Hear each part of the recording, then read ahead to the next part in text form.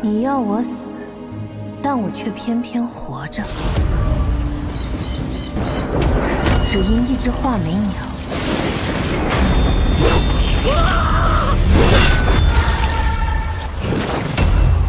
范季礼蓄意诬陷我兄长，害他冤死狱中，我家破人亡。13年了，每一道疤都在提醒我不能忘。天意如此，那你走吧。如今你道业未成，便着急下山，值得吗？我这一生便为此而活，哪怕万劫不复。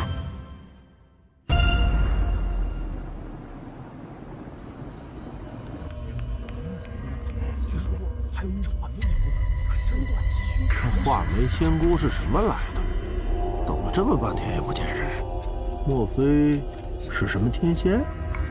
可不敢乱说呀。这位仙姑数月前来到此地，身负神通，据说能用一只画眉断凶吉。姑娘，我们等的那人来了。来的人都是适宜探查过的，这是记着他们根底的卷册。右手倒数第2位，这人在海宁郡常为大人物们寻花鸟珍奇，暗地却替他们干些见不得光的事。范季礼，今日的命书专为你而写，让你也尝一尝报应的滋味。仙姑廉价至，炷香。这身段不错呀。散人画眉，师从白云山。诸位道友今日前来，当知我雪昭居的规矩。人之气运因果，本为天意所趋。今日所得戒称，无论吉凶，皆需各位自负。好啊，那就请仙姑算算我近日的运势如何。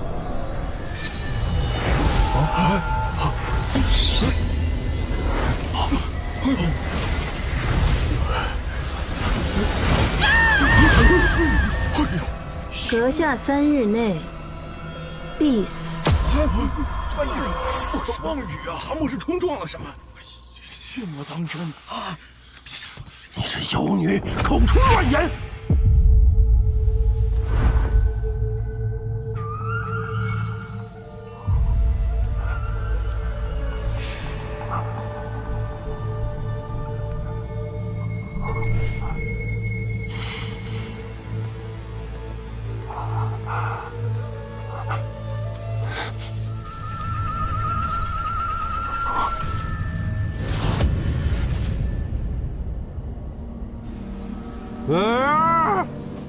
我来了，你在哪儿啊？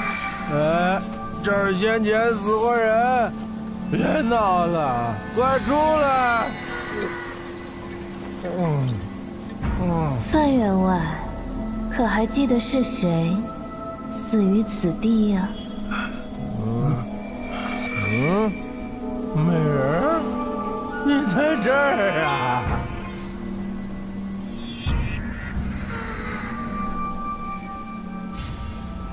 你怎么和白天不一样了？那官人是喜欢白天的我呢，还是此刻的我？有你，妖女，自然都是喜欢的。那大人就跟我来吧。美人，别跟我玩捉迷藏啊！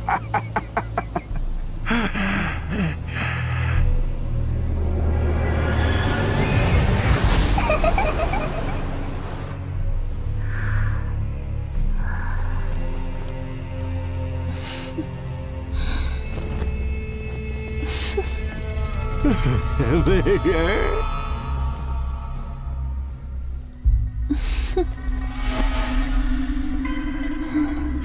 美人，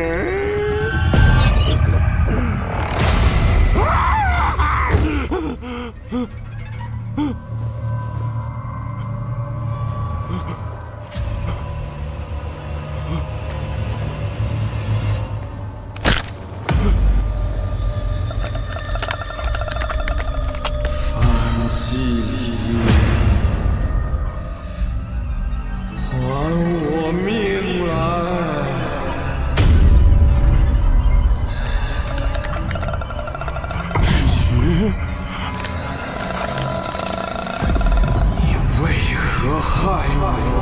李兄，你别怪我，千万别害我，都是他们逼的。我真的不是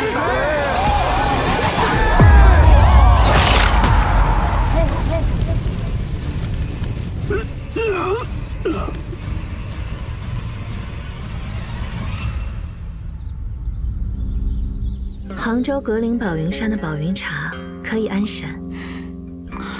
仙姑姐姐亲手做的茶，肯定比那9重天的甘露还要好喝。姑娘，衙门里的江县尉来了。我这就来。这厮怎么来了？仙姑姐姐木药里的，再陪我喝会儿茶，我头好痛。你先好生歇着。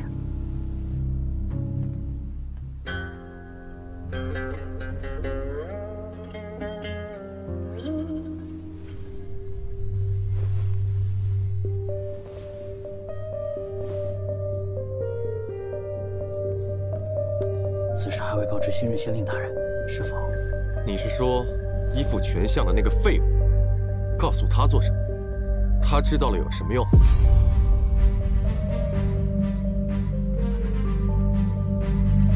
江大人，将此妖女拿下！且慢，大人何故要捉拿于我？昨日可是你在此处扬言，范员外3日内必死。我只是依命书直说。这范员外果真死了？你是如何杀害范季礼的？还不从实招来？范员外是何时遇害的？是今日午时之后，一樵夫在砍柴的路上发现一具烧焦的尸体。我们在火烧现场发现了死者遗物，正是范员外常戴的玉指环。那我并未有动手的时间。信口雌黄！你有证人吗？此处偏僻，根本就没有人来。你若寻个观中的小儿、乡间的老头来作证，那可就是个笑话了。哪个混账说本县令是个笑话呀？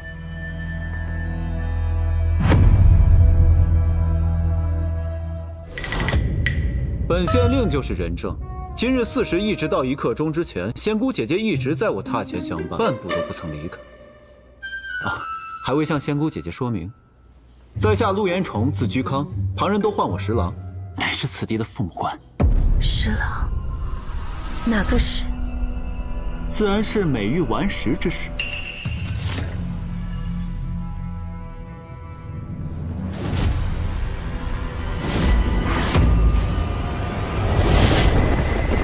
政和8年，五月念吾，乌云蔽日，天不晴。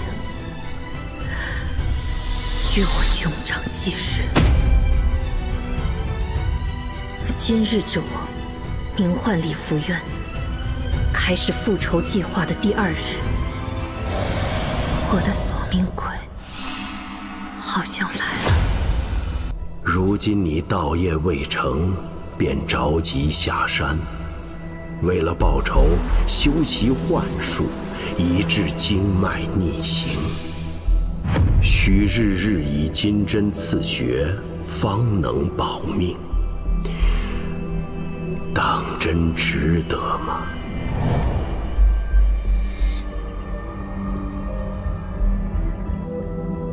我曾以为天理昭昭，岂料几句诬陷，竟可灭我满门。杀人凶手还不就擒？兄长被当替罪羊，屈打成招，含冤而死。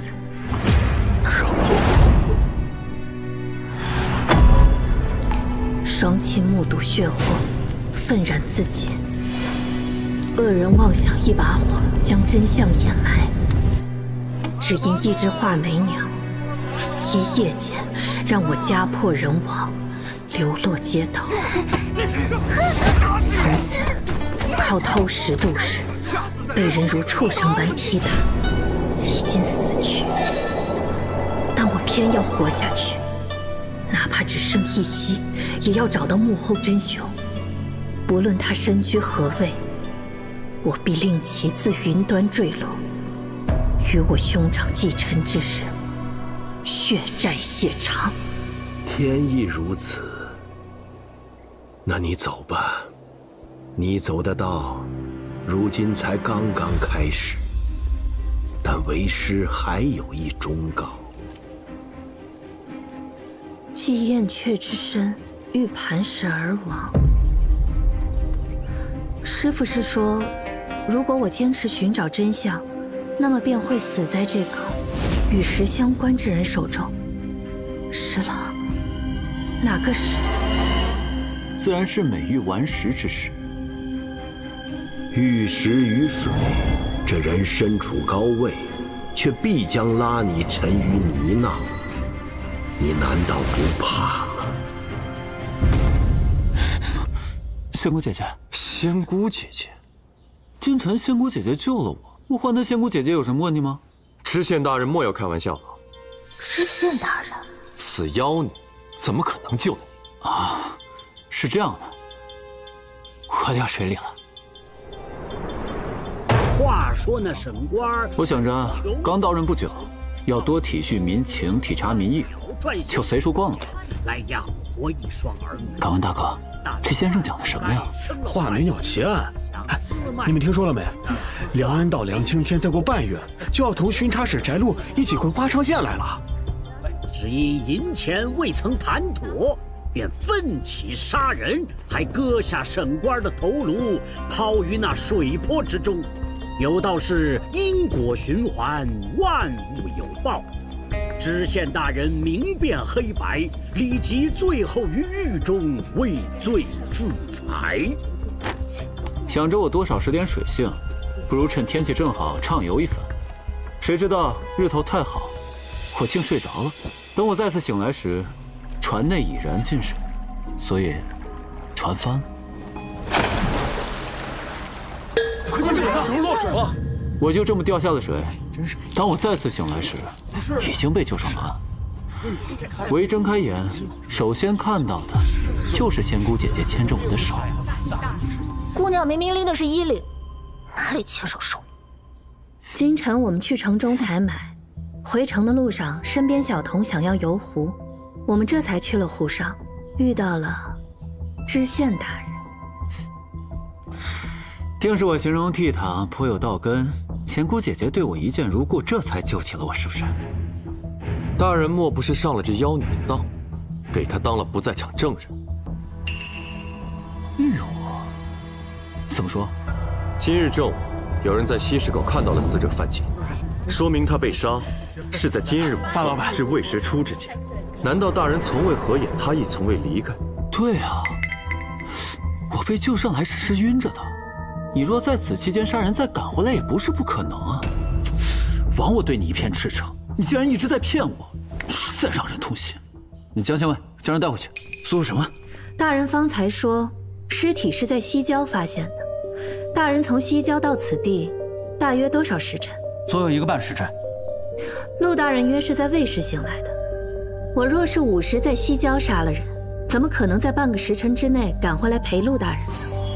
哎，江县尉，仙姑姐姐说的对啊，她不可能凭空出现，那一边杀人一边救我吧？我知道，大人对我颇多意见，但这范员外之死，与我确实没有半点干系。哎，横说竖说，仙姑姐姐就是没有嫌疑。江县尉，私事体大，你还是跟我回去好好查案，莫在这叨扰仙姑姐姐。走走走走走，走啊，走。仙姑姐姐，我们来日方长。姑娘，您将话说的滴水不漏，他们定不会怀疑我们了。此事并非万无一失，我这一计还有一处天大的破绽，我也在赌。赌什么？赌那花昌县的仵作老爷会不会在7日之内验尸？验尸？这都烧成焦炭了，还用验？当验呢，但需等等。等等，等什么呀？临县没有仵作，这方圆几里，尸首凡是有异，都要归总到我这里。再加上苍云山最近匪患猖獗，又死了不少人，你这凡事得讲个先来后到吧？哎，你没见到我这里已经是客满为患了吗？就连偏院的灶房，都拿来停尸用。崔老莫嫌我烦你啊？这江县尉好似不大喜欢我，他非但不肯和我同乘一骑，还把我打发到你这儿来。哎，不过我先说好啊，不是我自己要来你这儿的。你说他不懂礼数也就算了，你这仵作郎脾气也古怪的很。这衙门上下就没人真把我当回事儿。哎，我说你那尸体都烧成焦炭了，还能查出什么来？能的。口鼻、心肺。若是有经验的仵作，这人是刚刚死的，还是已经入土几日的，一验便知。除非什么？烧得再彻底些。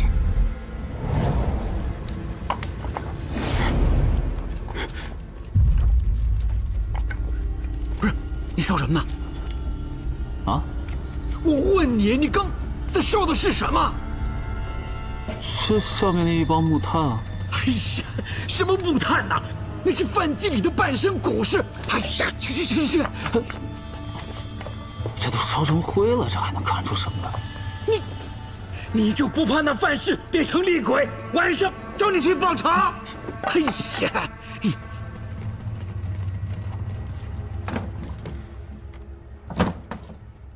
哎，不过我先说好啊，不是我自己要来你这儿。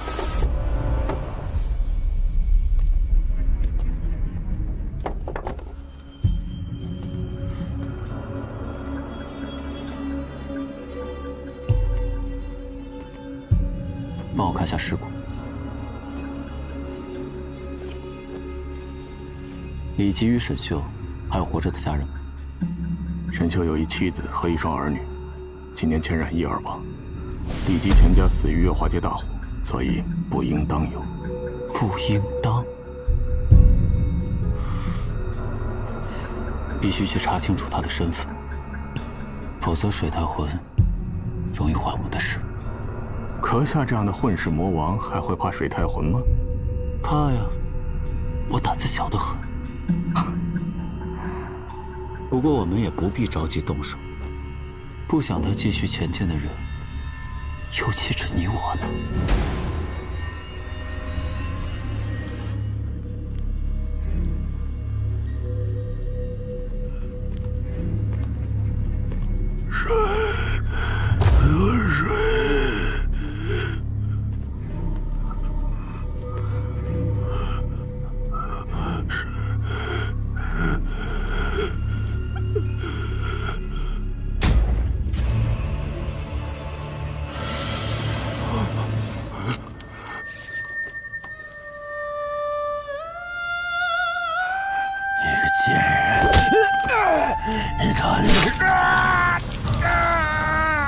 你不记得我了？没关系，我会让你一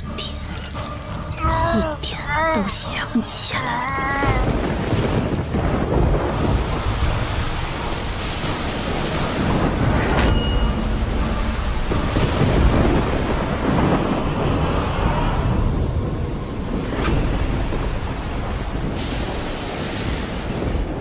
你会遭报应的。你会遭报应的！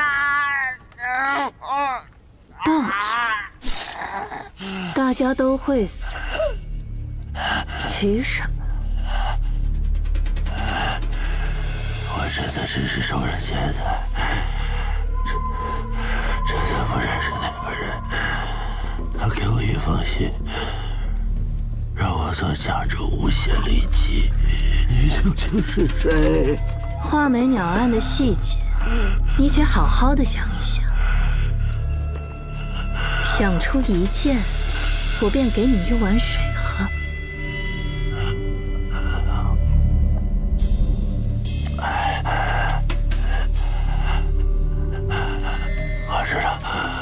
我知道，人头，那个沈秀的人头，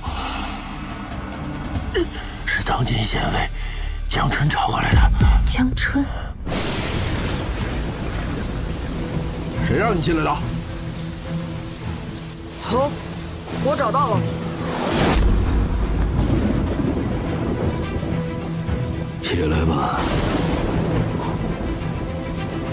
我找到了死人头，我父亲是不是可以继续留在衙门？那人人头虽然已经乱透了，但是上面有李记的死印压印后的痕迹，人证无证俱全，这才定了死罪。人头烂透再压上死印，这诬陷的手法简直是恶劣至极。你不爱做人，偏爱做那畜生，那你就继续做着吧。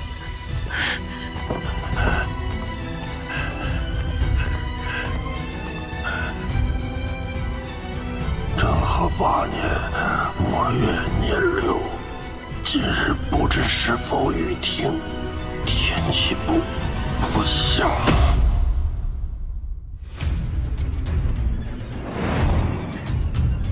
江春，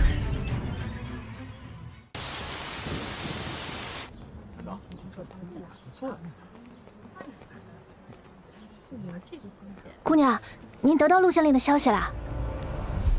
咱们现在去哪儿？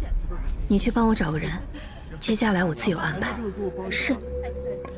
我要这个。来，你拿好。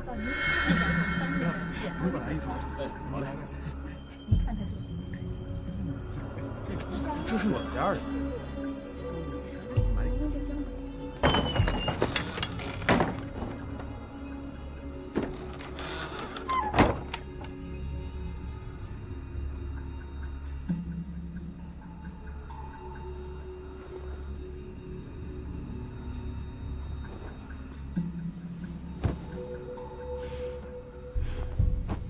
大人要挟我来此处，是为什么呢？那你的童子前几日在水中掀翻我的船，又是为什么呢？大人说的什么，我听不懂。仙姑姐姐听得懂的。你这招连环计用得相当巧妙，只不过你找错人了，万不该算到我的头上。看来仙姑姐姐是非要我一件一件的都说清楚，是不是？那好啊，我们从头说起。我落水那日，天气很好，连一丝风也没有。四周既然无风，我的船莫非是个活物，是会自己翻的吗？范季礼既然已死，为何还有人在街上见过他？那烧焦的又是谁？大人的想象力倒是丰富，我何必要这么做呢？问得好，那自然是让我给你当人证。你们先制服了范季礼，然后找了个尸体烧了做替身。第二天设计我落水，再把我救了上，然后把范季礼装进马车招摇过市，让大家都看见。如此一来，范季礼死在午后，而你在午后没有时间往返西郊，嫌疑自然就洗清了。那若尸体早被发现了，那地方人迹罕至，只有个樵夫在每日喂食会经过那荒屋雷打不动，这自然是你们查探过的，算计好了的。这样吧，我数3个数，若你不能说服我，那我便要将你法办。江县尉，陆县令如今就在那茶楼里，定是贪图我家姑娘的美貌，有行不轨之事。3，你并没有实证。那我若是找人验验那个尸骨骨龄几何，是男是女，埋了多久？2，大人不直接捉拿，反倒这样隐蔽行事，想必是有所图谋。您要什么？不妨直说。爽快，这么着吧，我要你带着那帮装神弄鬼的童子们离开华昌县。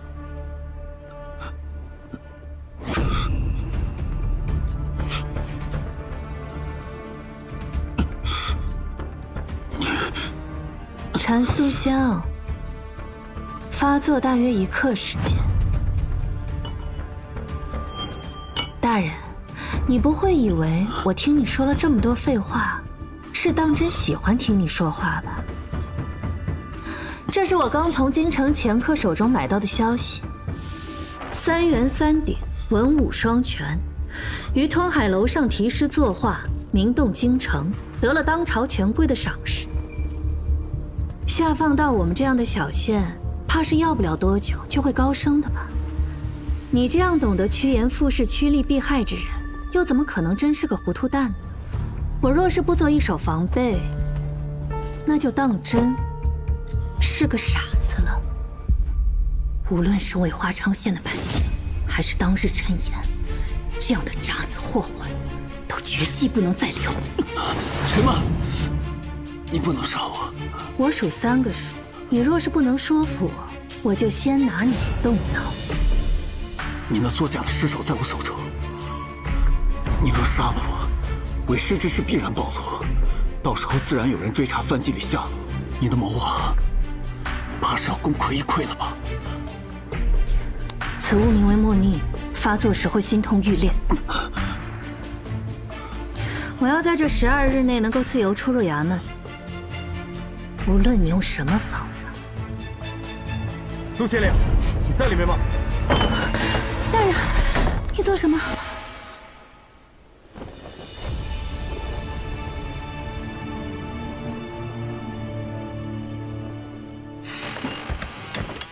都别过来，备辆马车。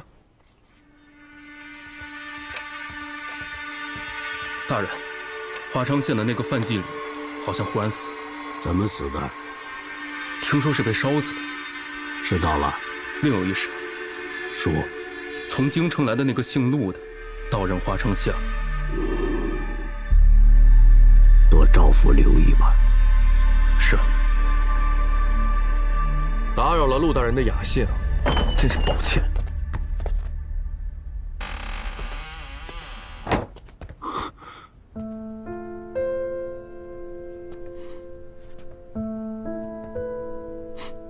江千伟，就是这句。不想死就配合。大人，你做什么？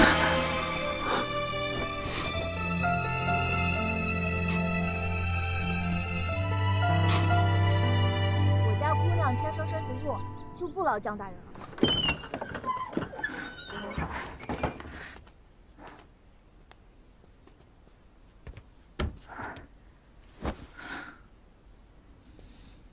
没事吧？姑娘，你让慧去守着马车，里面装过范季礼，有些人若仔细查看，难保不会发现什么端倪。是。您放心，他没那个本事。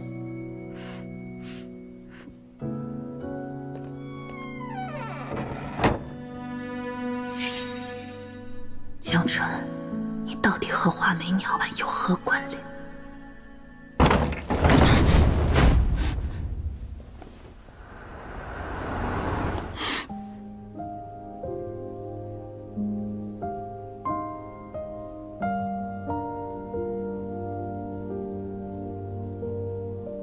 刚才反应不错嘛。这不正符合大人你登徒子的做派吗？我配合也配合完了，你人也进了县衙，接下来准备怎么做？这人横竖是个麻烦，应当尽早了结，以绝后患。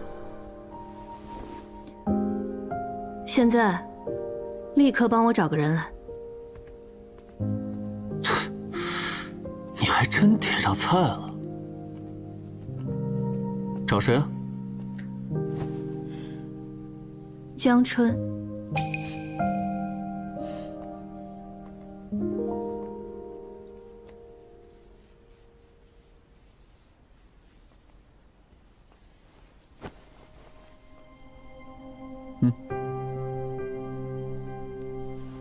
这是竹璧，怎么用？你没见过？我以为姑娘家都会有1、2个。这很奇怪吗？我不曾用过，是这么说的吗？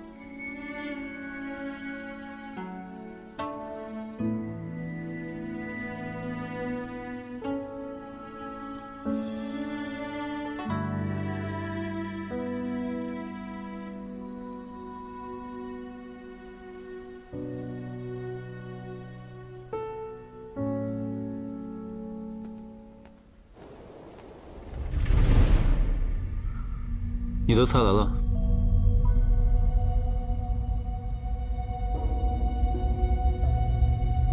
李姑娘，请进。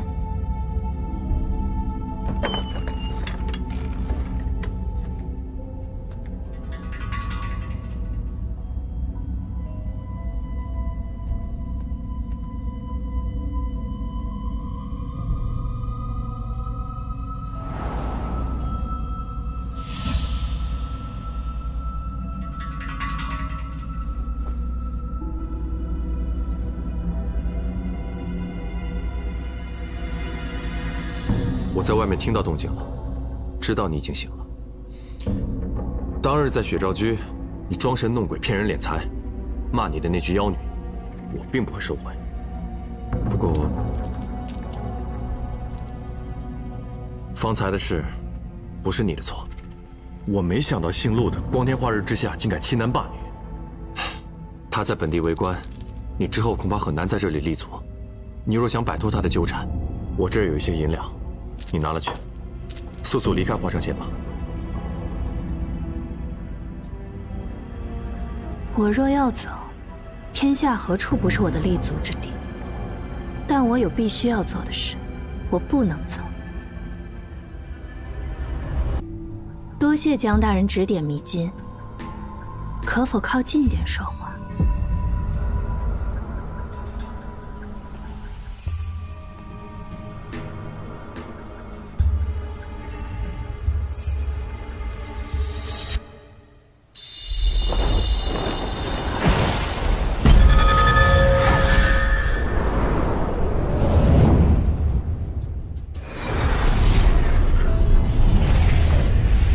江大人，瞧瞧，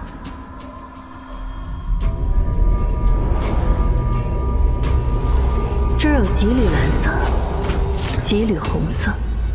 蓝色，红色。对，你好好数一数，数完后闭上眼睛，我有话要问你。你有话要问我？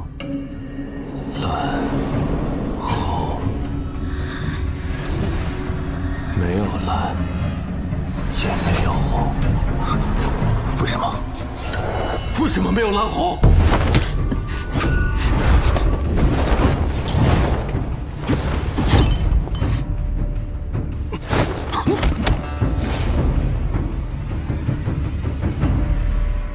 仙姑姐姐道法不精啊，迷人心智还能失手？不可能是我的问题。那是谁的问题？是他眼睛有问题。江春，不是。13年前，你可是住在花昌县？是。当时多大？14岁。你捡回过一个人头，是不是？是。你是如何捡到那个人头的？不是我捡的，是我去取的。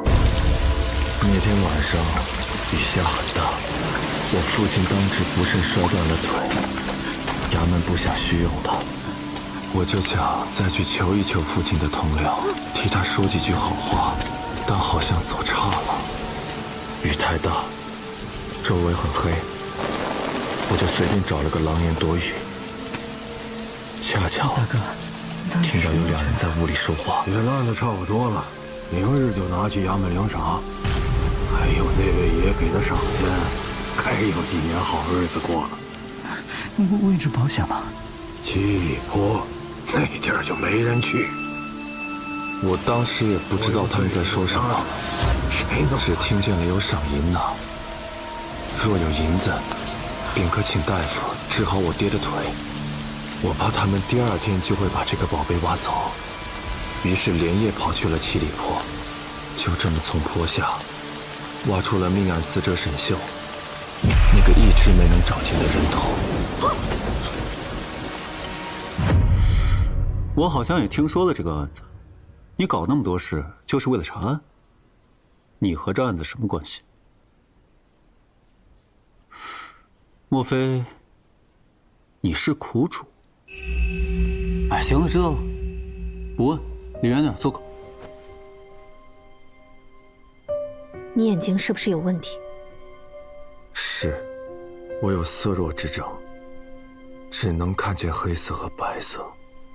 有些人故弄玄虚，非要弄什么蓝色、红色，结果人家压根儿都瞧不见。你当时去求的是哪几个同僚？住在何处还记得吗？我先去找的人住在月华街，在县衙东面。巷子很多，走乱了，但方向大致是对的。你想找藏人头的那户人家，你要照他这么说的去找，大约是找不到的。崇宁5年，月华街一带发生过一起火灾，之后的5坊19街都是重建的，位置、大小、住户都和13年前大不一样。你怎么知道？我既然来到了华昌县，就肯定会看一下当地的县志啊、卷宗什么的。恰好，我又有过目不忘的本领，所以别没事再拿你那老屎子毒药吓唬我。我一害怕，说不定什么都忘了。怎么会？之后还得仰仗陆大人。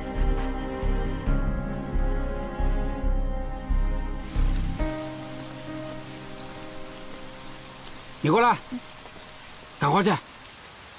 啊，我啊。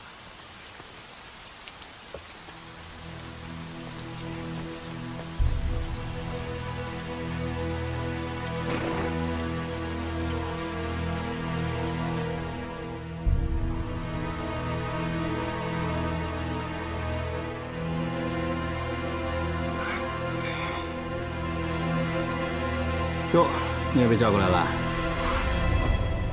这老头什么来路？怎么这么凶啊？崔三爷本县的仵作，这县太爷好得罪啊，这位崔爷可千万别。哎呀，嘿，这小老儿把我们唬过来做苦力，自己人跑哪儿去了？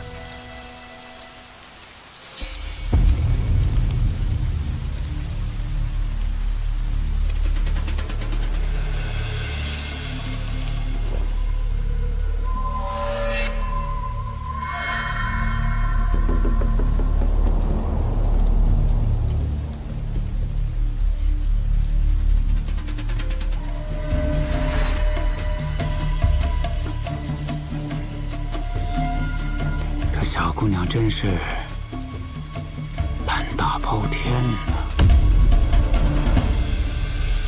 你确定她醒来不会有这段记忆？按常理来说不会。那若不按常理呢？那我就死定了，并且我会带着你一起死。你那个什么魔妮呢？你给她来一颗。你以为那是枣条膏吗？说有就有的，就这么一颗用你身上了。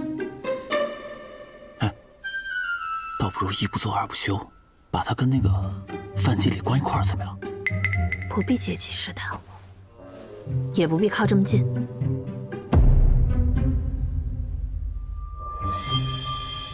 啊，夏经纬，方才对不住啊，是我打晕了你。但你要理解我，骤然看到一个男子闯入自己未婚妻的房间，这下手没轻没重也很正常吧？未婚妻？他是雪昭居的画眉仙人。画眉仙人怎么了？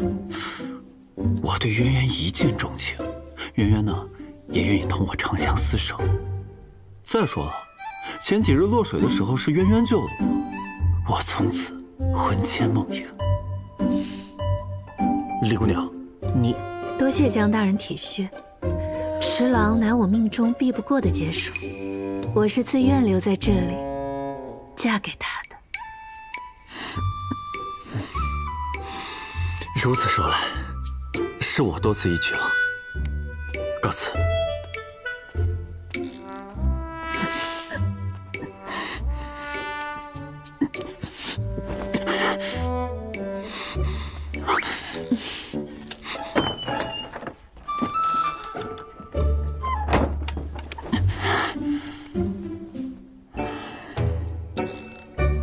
渊渊。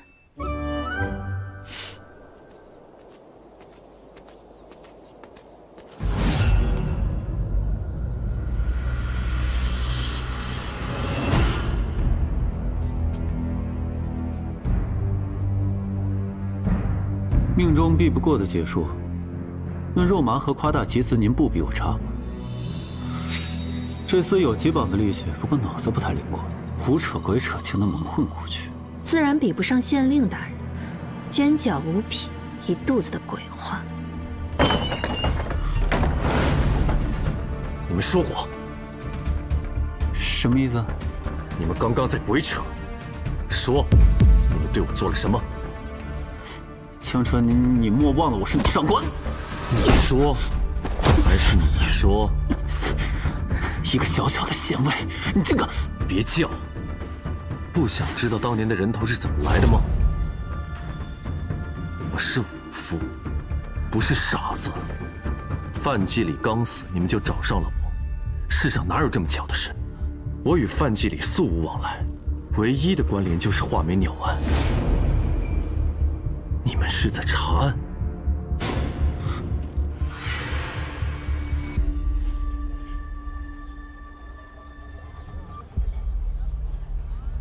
从7、8年前起，这条街我每日都要跑上一次。为什么10来岁的小孩可能确实什么都不懂，但人难道会一辈子懵懵懂懂？等我长大些，想明白其中关窍，知道那人头来的蹊跷后，便每日不能再安宁。你想找出那夜对谈之人？有疑必究，但事情已经发生这么多年，要想继续调查下去，需要实证。当夜谈话之人就是实证，可惜当年月华街大火，早已物是人非，隔了多年想再去寻找，恐怕很是不容易。是，但有了我们这位汴京来的县令大人，事情便大不一样了。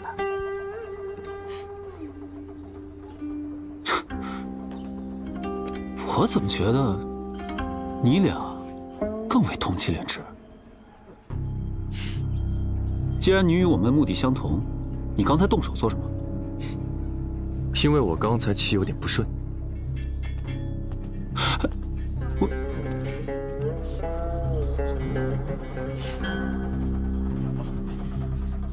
陆大人既然看过当初的卷宗地图，那不如我们就来实地比对一下。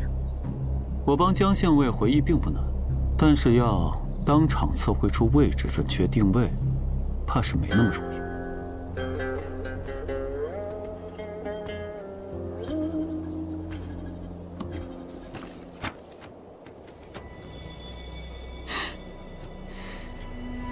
当年月华街为正东西向，长1里又半，宽2丈，左右各邻何处？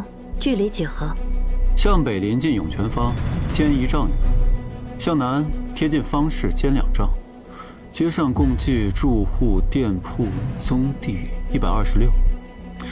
这是规整，院目大小都在1丈半。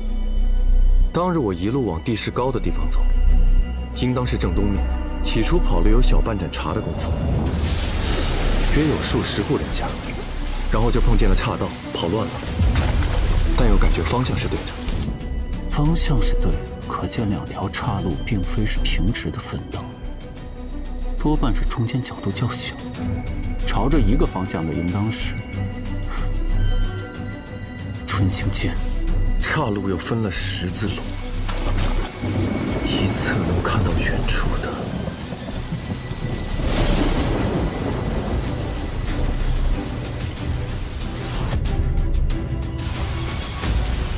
白塔。那夜的茅屋，应当就在此处。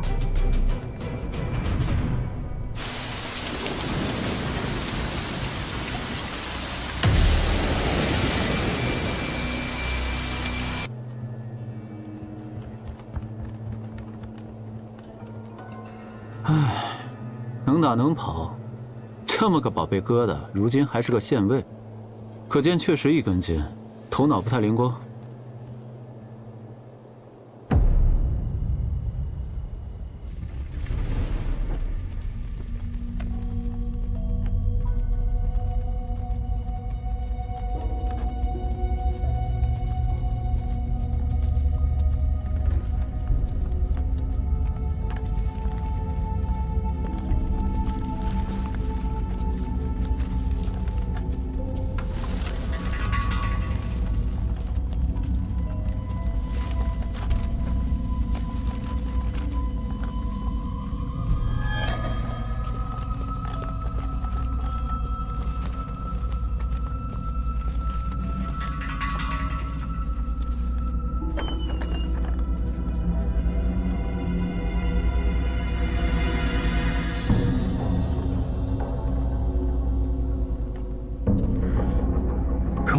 大雁，如今却被小燕捉猎。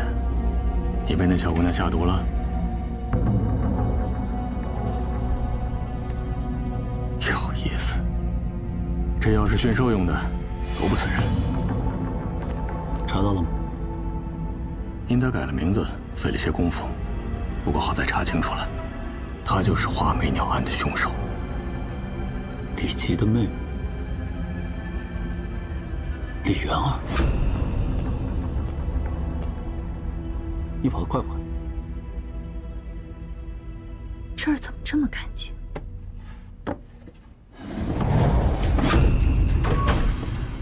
明日就拿去衙门领赏，还有那位爷给的赏钱，该有几年好日子过了。这儿应该还有。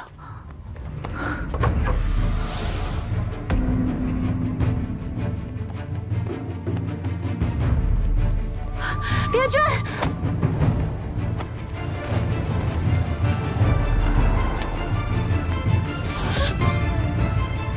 别吵了，离开此地。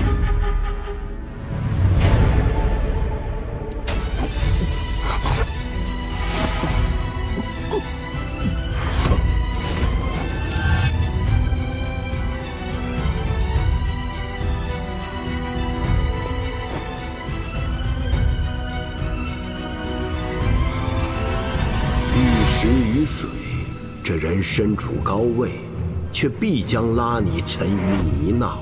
师父是说，如果我坚持寻找真相，那么便会死在这个与石相关之人手中。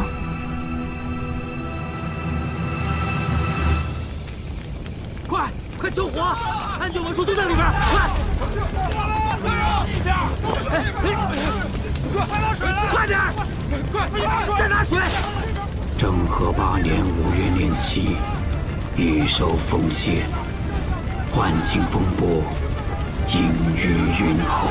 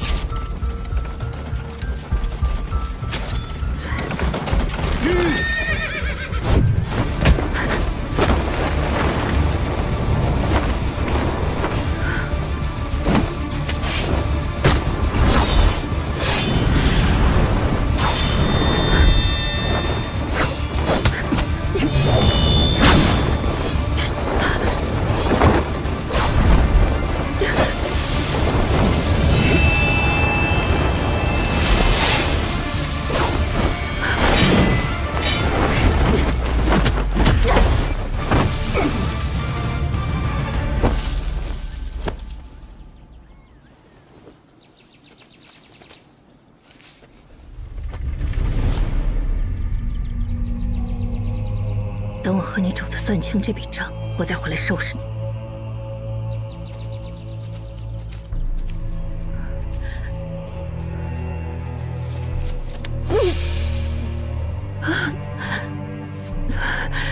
昨日昏迷，未及施展，竟已到了这种地步吗？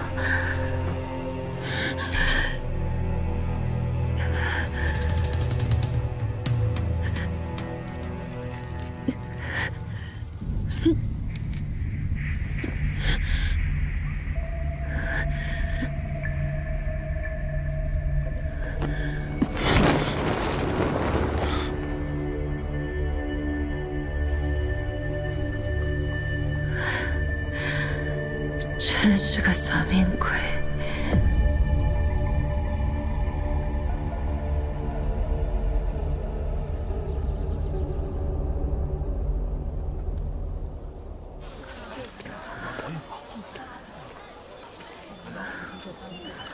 劳烦老丈来碗茶水。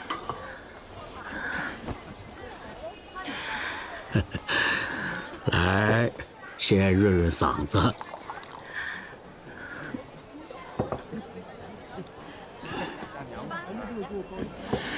姑娘何事如此急匆匆的？多谢老丈，我有一件大事要做，但困阻重重，敌友不明，就快要做不下去了。哎，这世上就没有做不成的事，只有什么？只有做不完的事啊！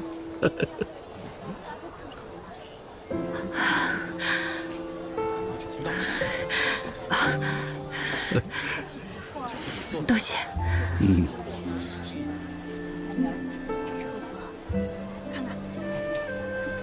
我给你粘上。好看吗？好看。这只也好看，再看这只吧。你执着于血仇，便再不能似寻常女子般从容成长，这样值得吗？不如把这2只都给娘带回去。好啊，这2只都要了。好嘞。江大人，你没走？姓陆的说你已经离开华城县了。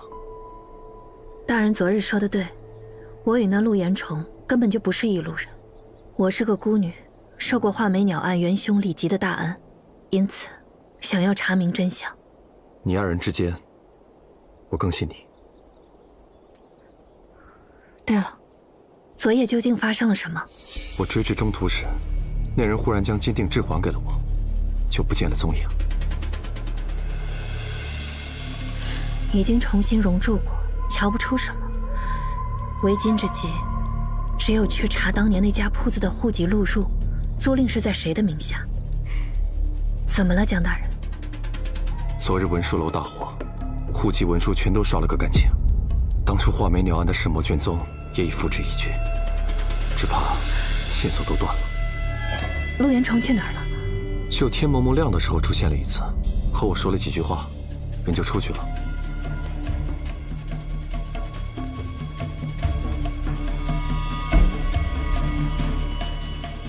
没断。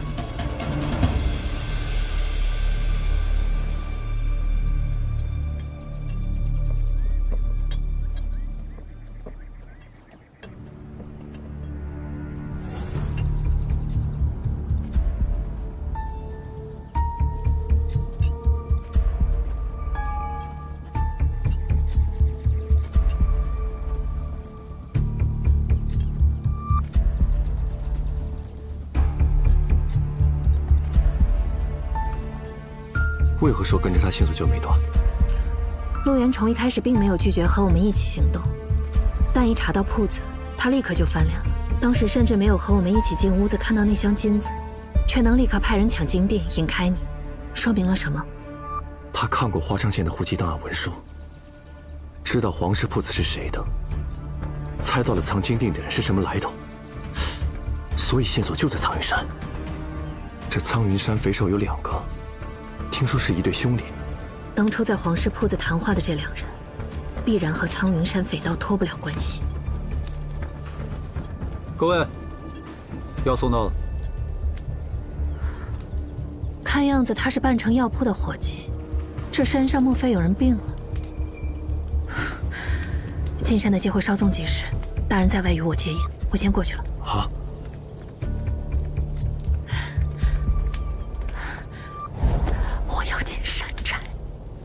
大强，最近这苍云山上可不太平，你怎么敢一个人上山的？这是……那次，冯掌柜让我来送药，你不在柜上抓药，大白天跑这儿做甚？我哟，也是药铺子里的。我们2当家的正好需要大夫医治。哎，你们要干什么？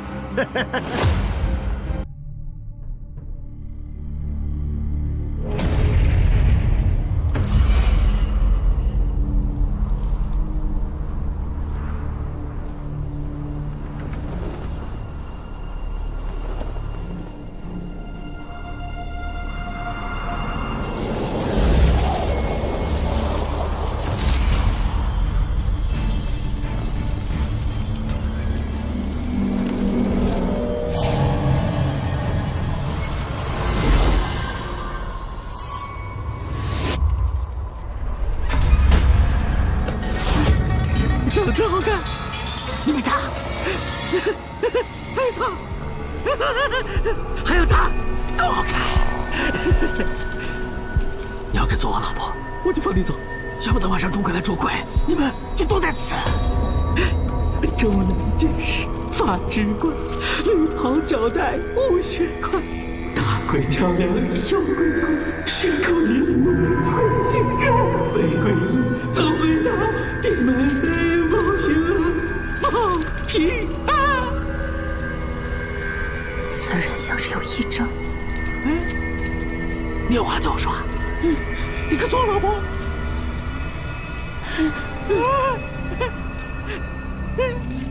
哥哥，你刚刚唱的那个歌好瘆人啊！我们也拜钟馗爷爷，可是他为什么要吃人啊？因为这世上都是大坏蛋，钟馗爷爷要把这些坏蛋都吃光，吃完肚腹，吃皮，还有吃骨头，还有吃人头。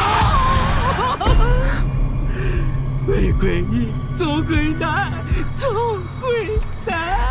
哥哥，你刚刚说想让我做你老婆，可是你还没有告诉我你名字。我叫黄宝田，这里的大王就是我，亲哥哥。你说你姓黄，你们家是不是原来开白事铺子的，住在方氏后街那边？你怎么知道？我和我大哥上山之前就是在城中开铺子的。老田，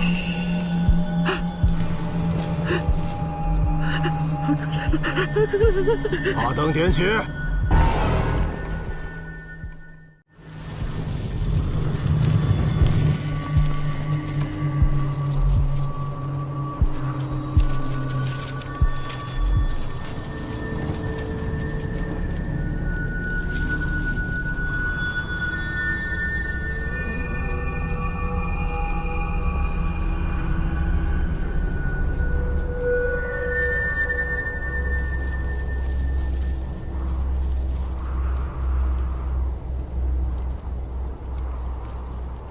薛兆居，画眉仙人。你认得我？我在薛兆居看见过你。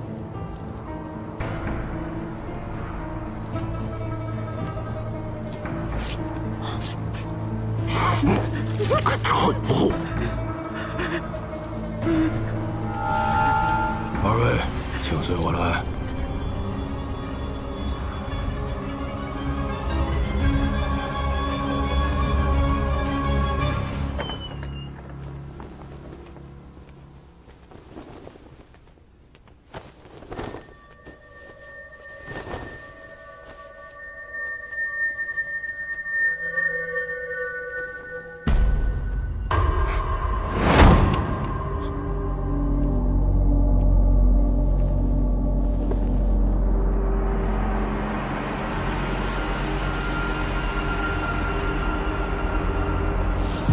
还请仙人了结这山上的鬼事吧。你是说钟馗背鬼吧？我既然来了，就没有袖手旁观的道理。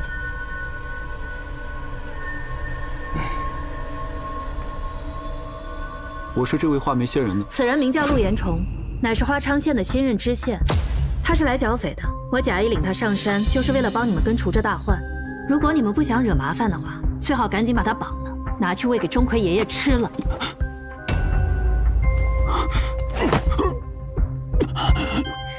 大人，您口蜜腹剑，心怀叵测，屡次暗算我，不会以为我真就这么算了吧？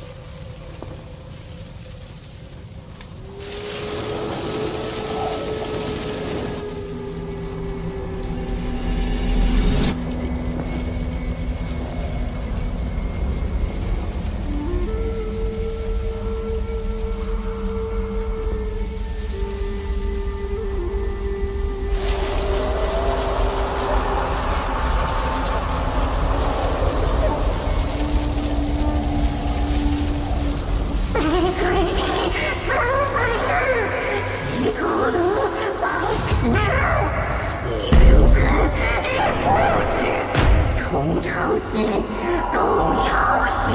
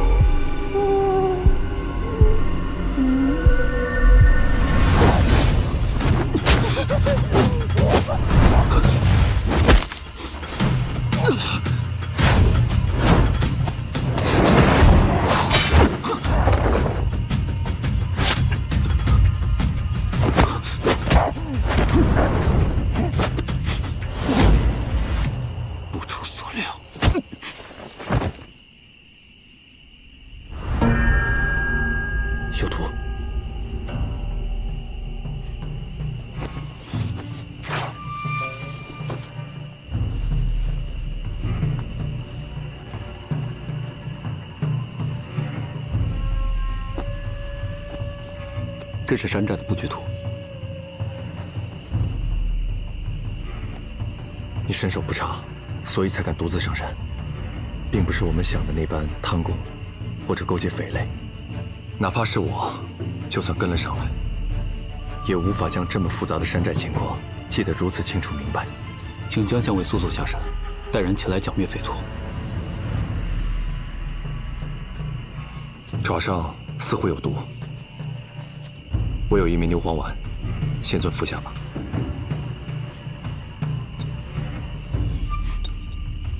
称呼都改了。先前是我错生榆木，等收拾了这帮匪徒，再来向先尊赔罪。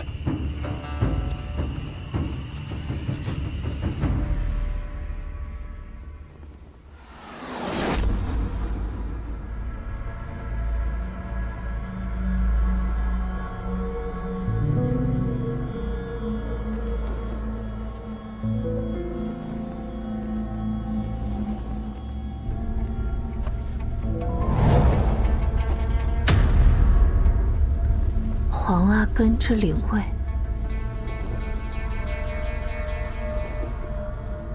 己亥年3月，正是画眉鸟案发生的当月。谁？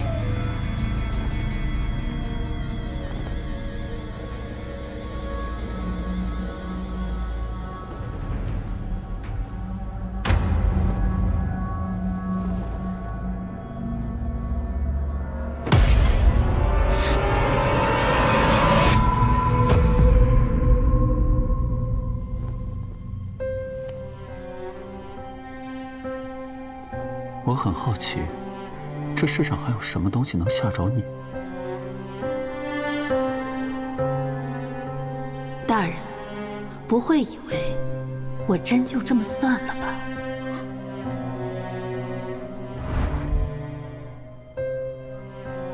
说起来，江县尉是我的属性，如今你们却愈发默契。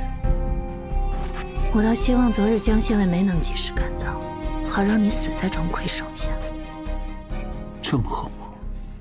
我有宿疾，每日昏时需以古法施针。昨日你绑了我，害我错过时辰，差点死在脚腕。我不知道。对你不知道，你若真对我有恶意，我活不到现在。但让我对你放下戒心，我做不到。 你绑我出城，我利用你上山，两相扯平。等下山之后，我二人最好是泾渭分明，从此互不相干。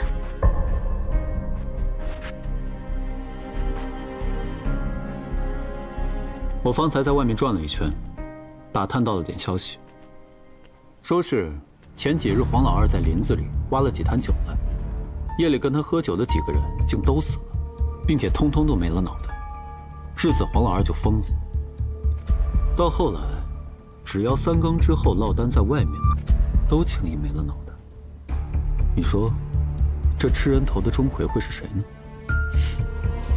黄宝田。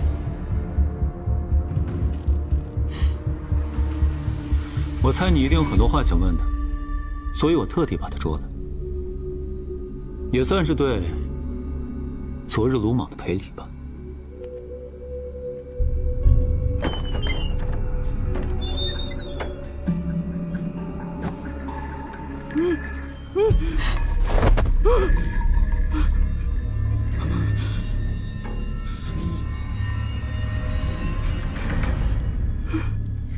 己亥年6月间，你和你兄弟在花昌县郊外七里坡下，是不是埋过一个人头？人头！七里坡，对，七里坡。那个人头是谁的？爹突然死了，俺就下了头。你们为什么要往那个人头上做李吉的印章？人工盆，人不知，东厂西，东厂西。有人给了钱，有很多钱，有人拿了头。他现在疯得太厉害，根本问不出什么来。要想要切实的证据，还去制服他那迷信的阿兄。人头！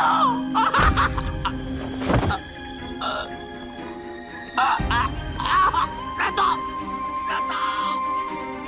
你做了什么？当年做假证，跟他肯定也脱不了关系。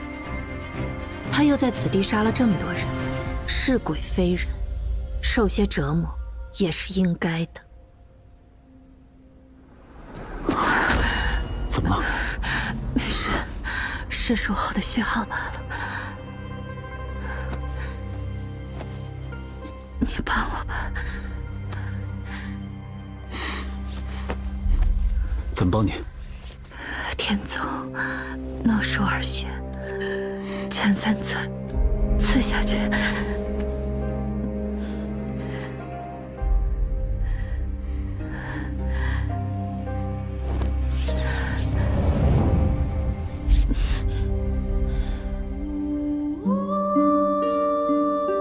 你叫我。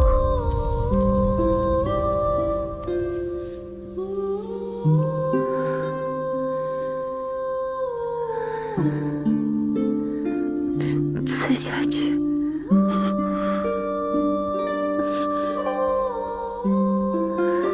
再用点力。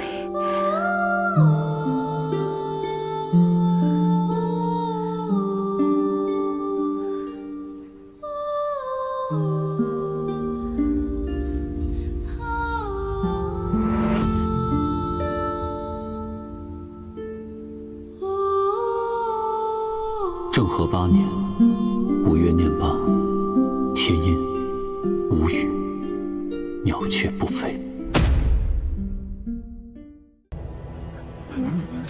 这怎么不见？看来钟馗将那个县令吃的连骨头都不剩了。确实行了。要我说啊，不是什么钟馗吃人，倒像是什么冤魂索命。闭嘴！再胡说八道，统统绑到外面去喂鬼。仙人，可有何办法破解呀？我可开坛化解。明日有证，你着人将祭坛各物备好，寨中所有人届时务必到场。哎。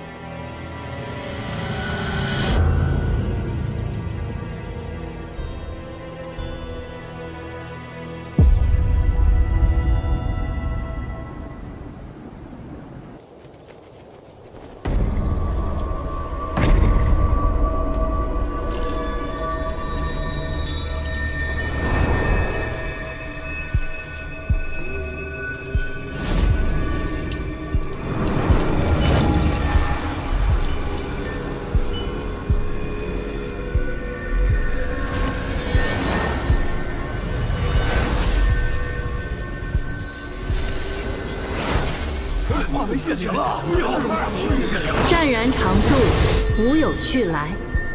1知时故，2知魔故，3除相故，4分别空。此为清心符水，你们分别饮下，当能驱除邪魔，叫他不再来犯。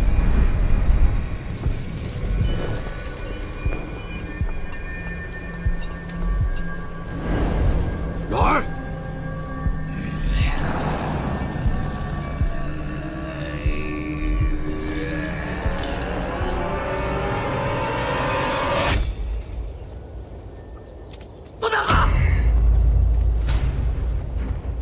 此女装神弄鬼，目的不明，水中必有问题。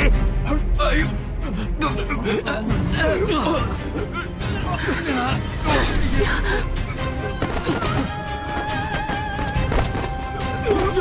大哥，将这妖女抓起来！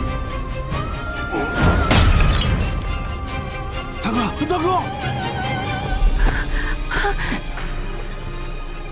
幸得二寨主控制局面，我有一个交易，不知二寨主是否愿意赏光？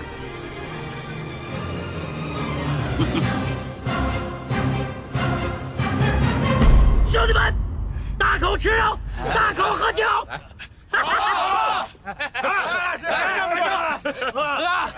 来，黄寨主，恭喜啊！来，这华昌县的税银啊，官路上押送的各色官饷、时间、行程，我知道的最是清楚。届时如何销账分账，我们从长计议便是。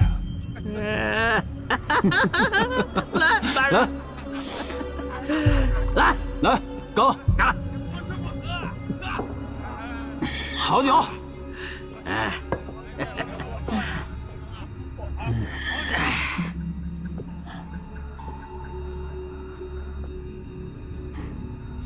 怎么看不上我？总有一天你会知道，这世上只有懂得逐利，知道如何为自己谋划的人，才是真英雄。你还是太天真了，不杀你就是好人。吃个教训，以后对敌莫要手软。这妖女目的不纯，但如今谈不上什么大风了。陆大人若感兴趣，不如收作美妾，带回去，如怕惹人闲言，你大可养在山寨里呀。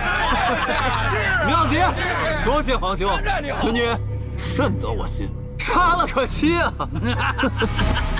来，喝酒。哎，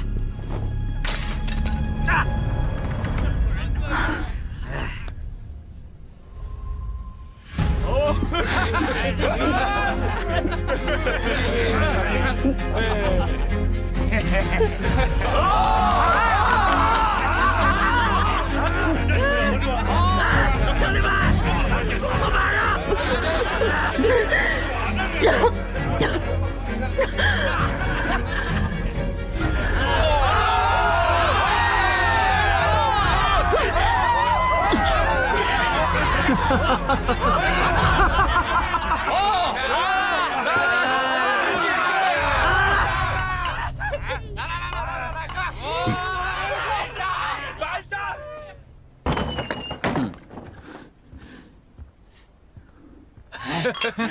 这个许愿啊！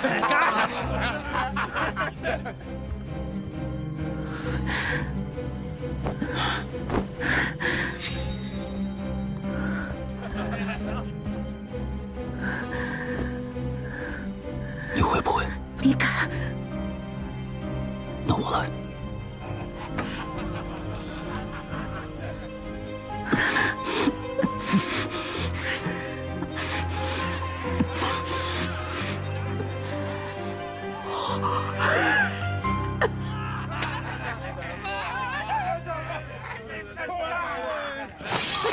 都给我拿下！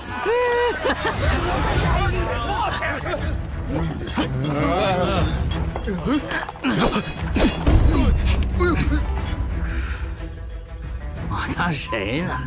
自家兄弟，还有。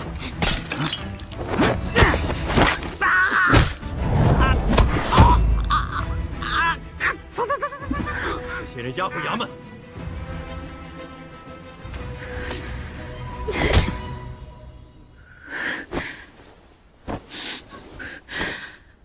大人真是好计谋，如果官兵上来了，便是你计划周全；如果没有，怕是你真跟那帮匪徒混到一块儿去了。是啊，你果然知我。不过你这么不客气，日后不准备查案了。大大不了我去找江县委。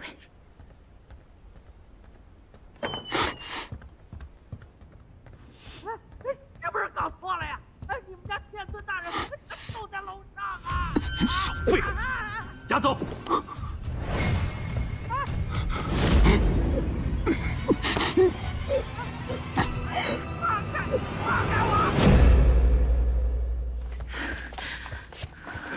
别动，拿下来！走走，放开我！老实点。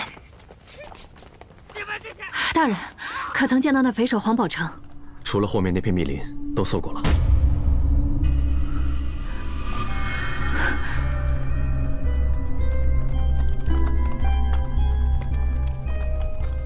你这个人很有意思，瞧着唯利是图，但又口是心非。刚才我亲眼瞧见你将什么东西喂给了那个妖女。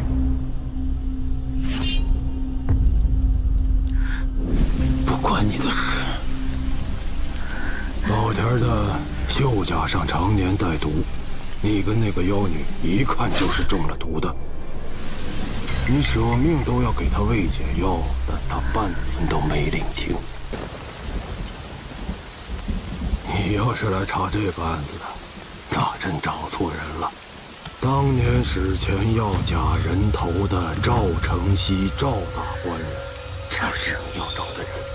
可惜啊，你不会再有机会了。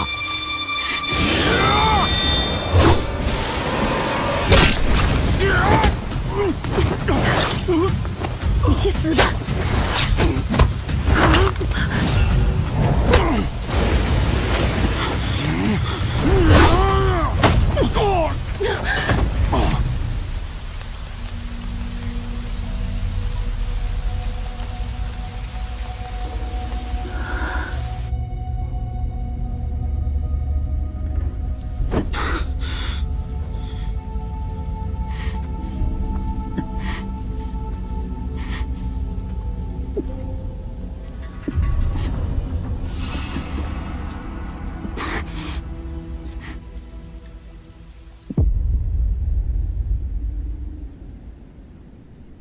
王氏宝成于丑宁5年3月，扼杀其父黄阿根，砍其头颅，做假印记后埋于七里坡，系受人指使，其人名曰赵承熙，以银钱受之，故行此举。3、5个时辰之内，他醒不过来的。可供，你收着。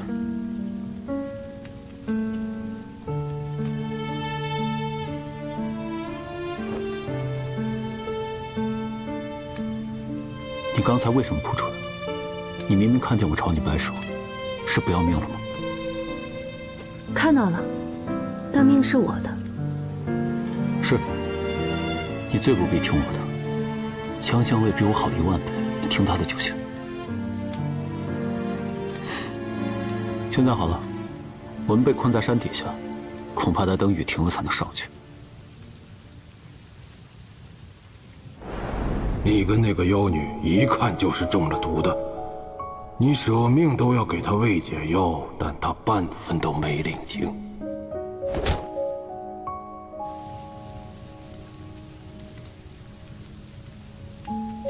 你为什么要把解药让给我？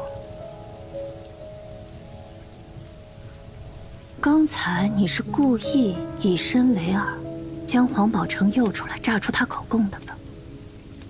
这是我要查的案子，与你何干？天之骄子，宰相门生，前程锦绣，却甘愿冒此奇险。大人莫不是中意于我吧？我这个人喜欢规行矩步的名门淑女，也喜欢小意温柔的娇软娘子，唯独对喜怒无常的丰富不感兴趣。查案、剿匪都是我分内之事，希望你不要想太多，给自己徒增烦恼。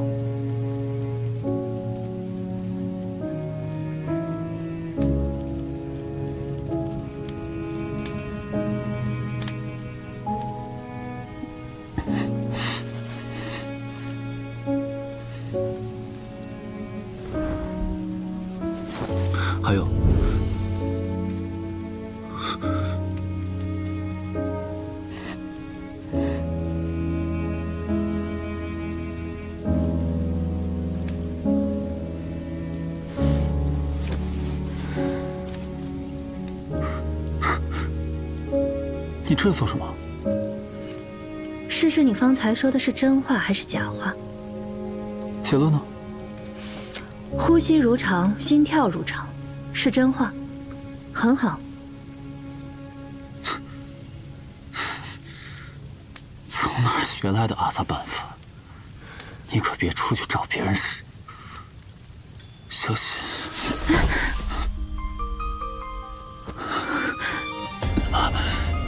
没事儿，等我明天。等你明天回去就凉透了。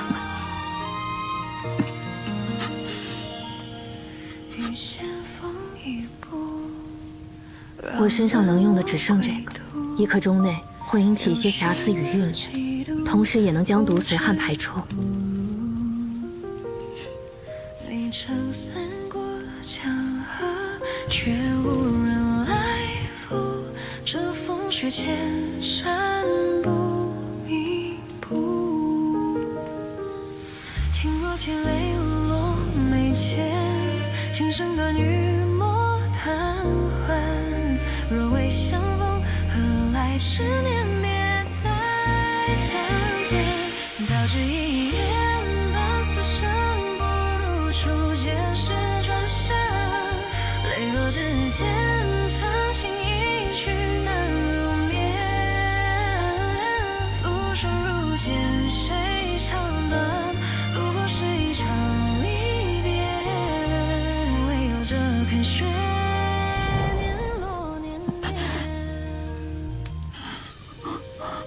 不许看我，躺好。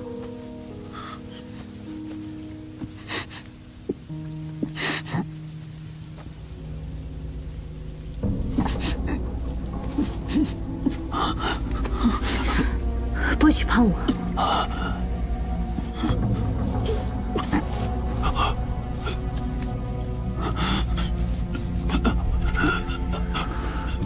这混凝响叫人燥热发寒，随性而为，怎能如今不见效？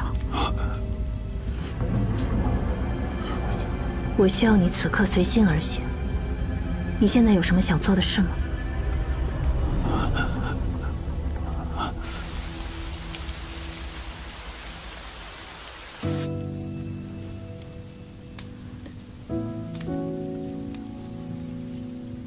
你就只是想给我梳头发？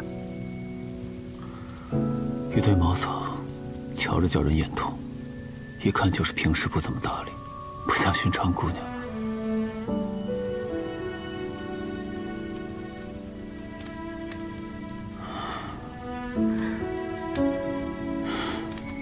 你本该像他们那样。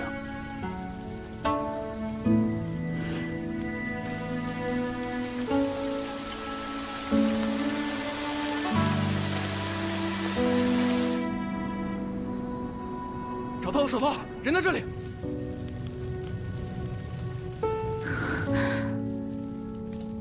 快叫马车上来，陆大人受了重伤。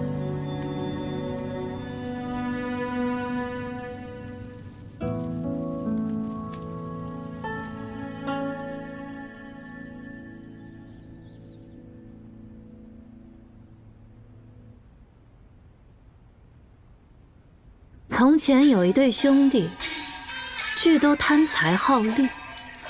哥哥为了钱财，竟能活活饿死父亲。可他不知道，他那瞧上去没什么主见的弟弟，比他还要狠。老父亲并不是被饿死的，而是被弟弟给毒死的。所以死的时候，面容才那般青紫可怖。多年后，山寨里有人中了同样的毒，哥哥瞧见了，便心生一计，索性将那些人的头都砍了。弟弟瞧见也心生一计，装作被吓疯了，弄了一出钟馗吃人的戏码。好在日后嫁祸哥哥滥杀兄弟，到时候这偌大的山头，自然就会落入弟弟手中。后来山上来了官府的人，他更是细心设计，一步一步的将杀人、埋头、做假证的矛头都引向哥哥。而他只是疯了，最多算个从犯，对吗？黄宝天，黄宝天，你竟然设计我！政和8年5月念九，天有细雨，虽不见明光，万物皆显欣欣然之貌。逐利而亡，总归是你们应得的结局。知道你会去找那兄弟俩，让他们这么无知无觉、不痛不痒的受审，我心里不舒坦。说几句实话而已，又不曾杀人，算不上什么罪过吧。若有一日我真的杀了人，宪尊会抓人吗？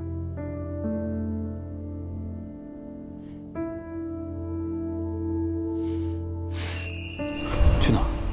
找江大人，让他帮我查一查赵承熙。大人，切骨之恨，您大约一生从未体会过，自然也不知我为何拼上性命都要争一个真相。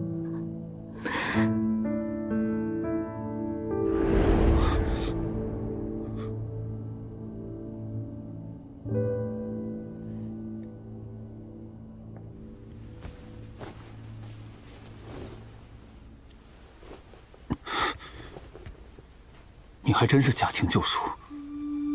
大人对我这等丰富，既无信任，又无兴趣，我怕什么呢？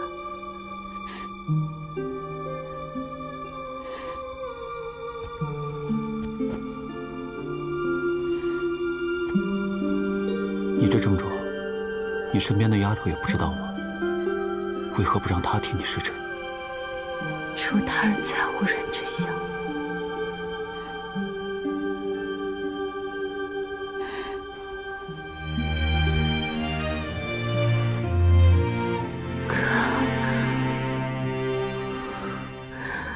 切骨之恨，其实我也是有的。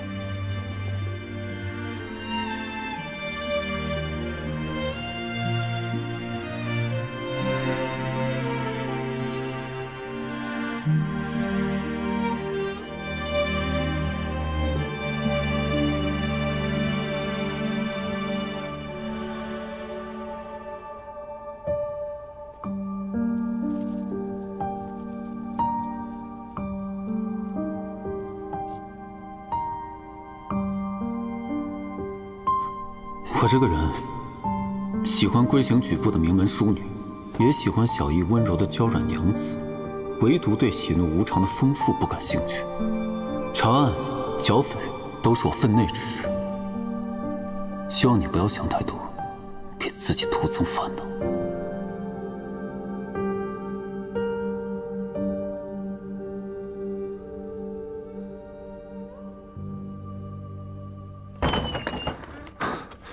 宪尊大人，皇室兄弟死了。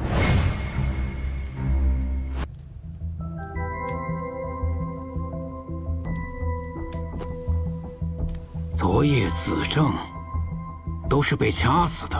2个人互相掐死，听起来有些匪夷所思。俗世3000，多的是你不知道的人和事，懂得量力而为，才能活得长久。整理一下，稍后派回义庄。若说2兄弟内讧，我信；但若真是起了争执争吵，怎么可能完全不发出半点声音？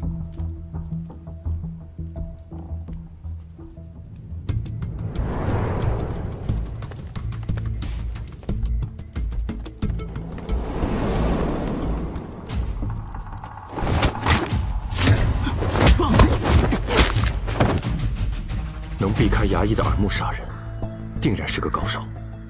加上文书楼大火，有人不想我们继续再查这个案子。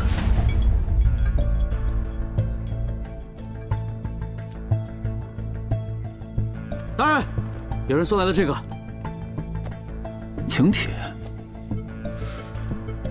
念2日4正，百花开艳，群鸟争芳，玉颜玲珑相对，隔离乎近于悲。城外罗敷庄，蓬门且扫，盼君来矣。赵承熙。当年史前要假人头的赵承熙赵大官人，才是你要找的人。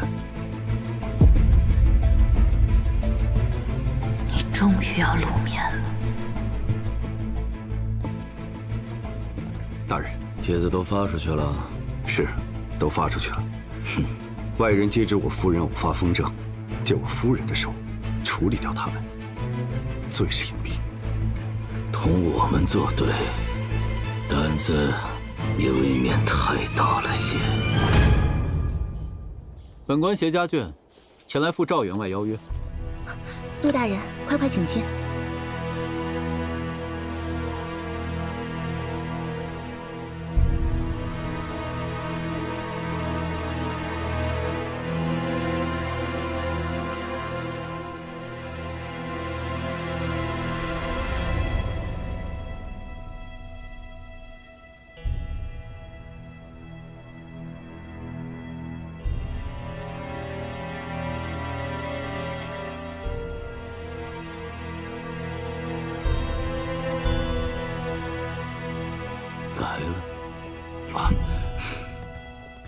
陆大人拨冗前来，蓬荜生辉呀！口唇内侧紫斑，此人好似身中剧毒。赵员外，这位是州府衙门的翟大人。认得的，追思大人，花昌县的前任县令。赵员外面子挺大呀。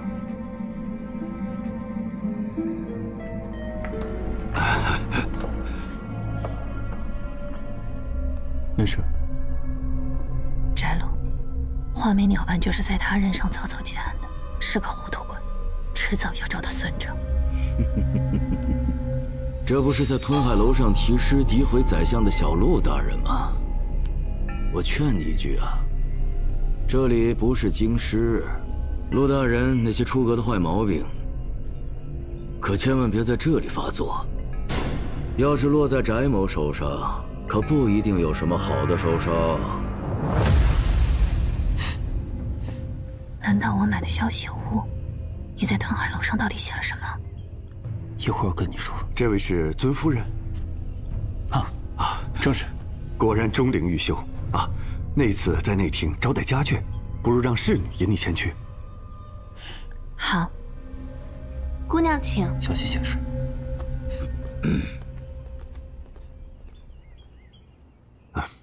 陆大人，请。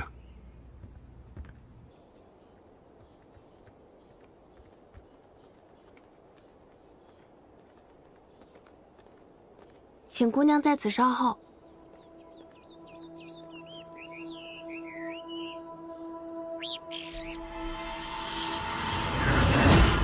莫非白？若真是当初那只莫非白，如今因已13、14岁，怎么会出现在这里？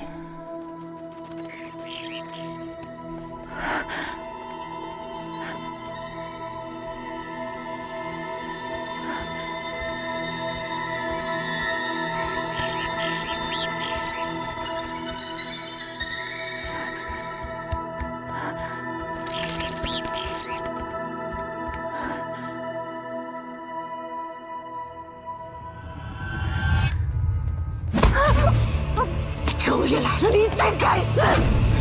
赵夫人，姑娘，夫人，姑娘，夫人，放开我家姑娘！你给我放下来！放开！放开！放开！放开！赵夫人，这便是罗浮山庄的待客之道。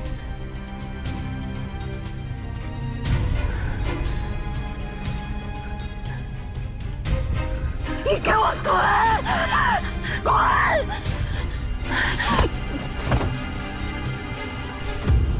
夫人，我闻听夫人与李姑娘貌似言语间起了些龃龉。龃龉？你家丫鬟可都瞧得真切，尊夫人分明是要害人性命。误会，都是误会。夫人近日病重，神志不清，冲撞了贵客。我先带夫人回房休息，晚宴定当赔罪。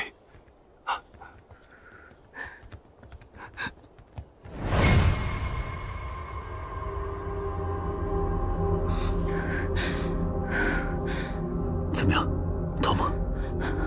刚看见墨飞白了。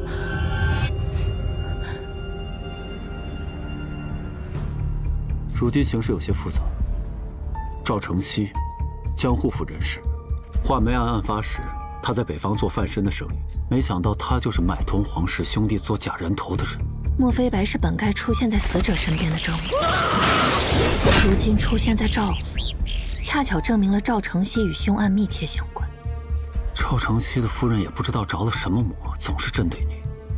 山庄里的丫鬟说，他们夫人是发了风症，还有那个不知道为什么出现在这里，非要给我添堵的翟禄。我认为，瞻前顾后反而受人掣肘，出其不意反倒可能破局。你想怎么破局？把画眉鸟偷出来。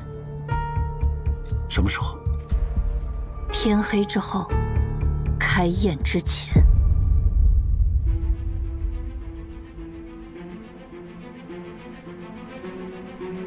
戌时2刻开宴，我们约莫还有2刻钟的时间。野心和会议学过我的腹语之术，就留在屋中，以防外面的人起疑。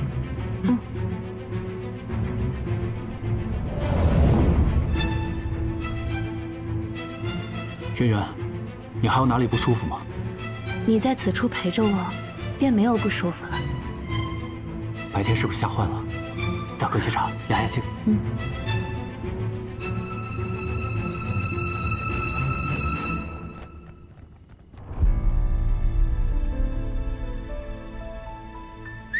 那边有动静，我去看看。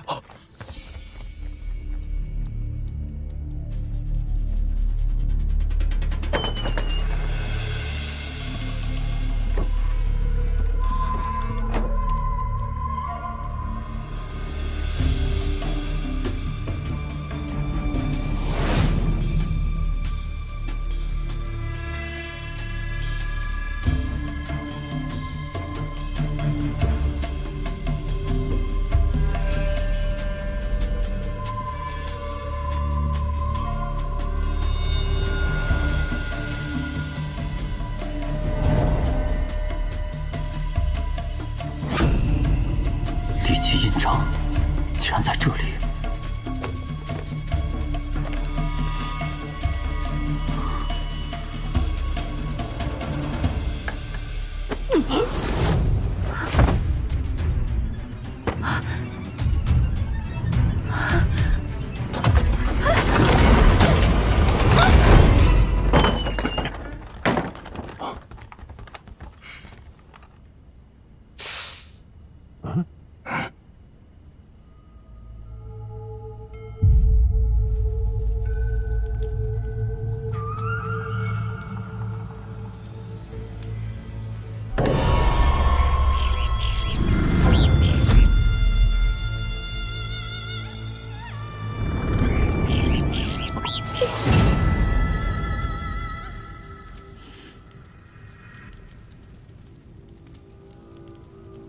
终于醒了！今日我就要杀了你，用你的血来祭奠地下等着索命的冤魂！一人先去黄泉路，伤这人间毒饮杯。你若死了，你那位陆县令该有多心痛？我不是我兄长的影子，也不是陆大人的软肋。我不为谁，我首先为我自己，为我这13年走过的血路，为我这13年受过的苦难。难道你不是吗，沈夫人？我在小楼里翻到过一本《春石记》，角落有一个锦字，像是落款。当年轰动一时的画眉鸟案死者沈秀，其妻姓商，闺名便是一个锦字，好巧，是不是？这真是当初的那只画眉啊，只不过是鸟市上找来的相似的罢了。如今既然有人对这只画眉鸟感兴趣，必然与当年的旧案脱不了关系。你夫人下得去手吗？要是出了差错，你当知道会有什么后果。是。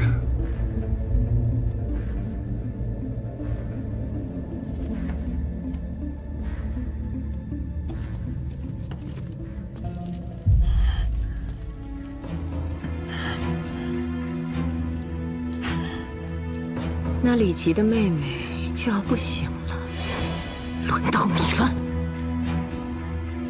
你知道他的真实身份，是你的夫君赵承熙引你来杀他的。若是你夫君骗你，可怎么办？我夫君怎么可能骗我？当初是我染疫，卧床不起，都是他衣不解带，日日夜夜的照顾我，他怎么可能骗我？李琦杀了我心爱之人，这是事实，他绝不会骗我。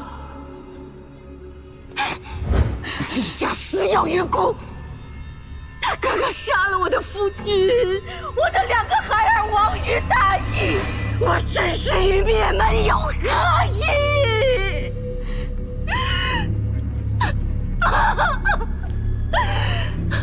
你当着我的面说，你恨她，恨她是个杀人犯的妹妹，你要抛弃她，她会孤独悲惨死去。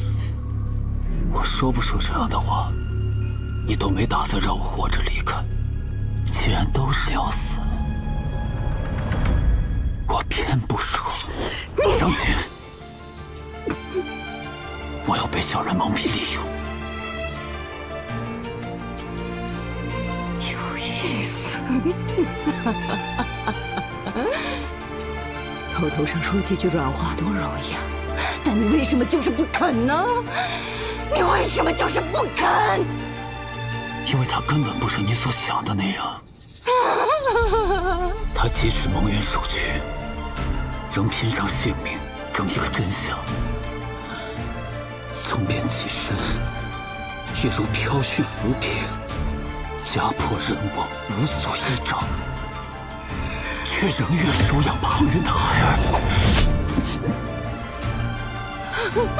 他是你这种不分青红皂白、挟私报复的人永远不可能理解的。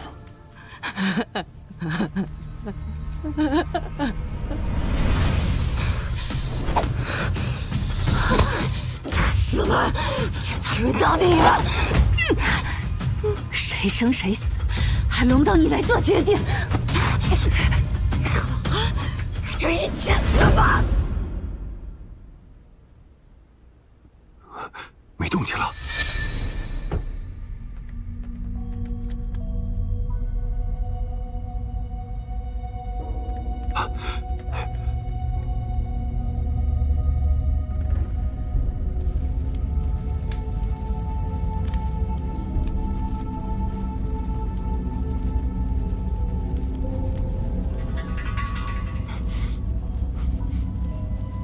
是你杀死沈修，嫁祸他人，后又夺人妻子，如今再唆使商姐杀我，好将这段往事完全掩埋。你有证据吗？你为了引我们上钩，叫商姐将此物放在墨菲白笼子侧旁，再涂上使人麻痹的毒液。当初那人头上作假的印记，便是李杰的印章所致。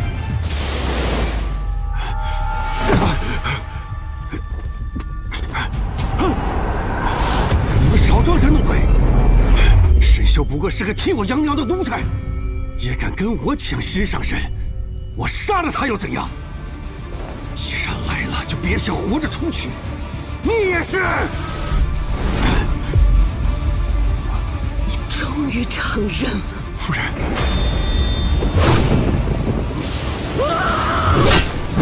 13年前，就是你杀的他。夫人，这么多年来我对你，亲我爱我，但凡我的要求你无不满足，可只是因为这样你就觉得我一定会信你所说的话，替你去杀人？你不会觉得自己太过于天真了吗？帖子都发出去了，这些年我一直装疯扮傻，就等你何时才会露出马脚。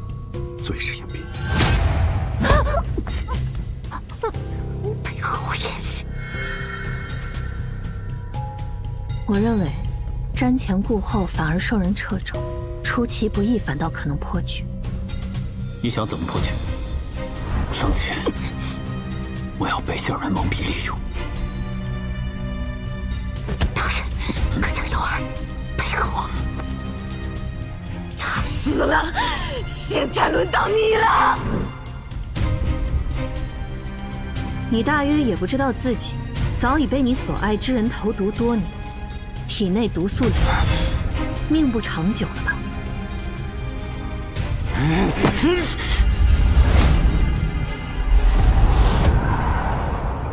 此香名为相思苦，能叫人陷入幻想，见到此生最快乐的场景，心驰神往，不会再有动手之理。赵成熙，你认罪了，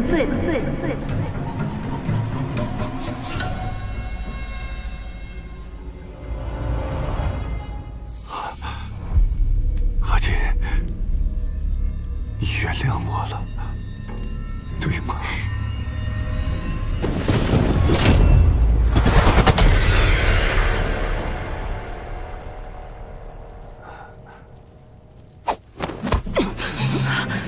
你以为我忘了？我只是在等着你死。政和8年6月初1，晴有风来，恩朝居民，有花催着。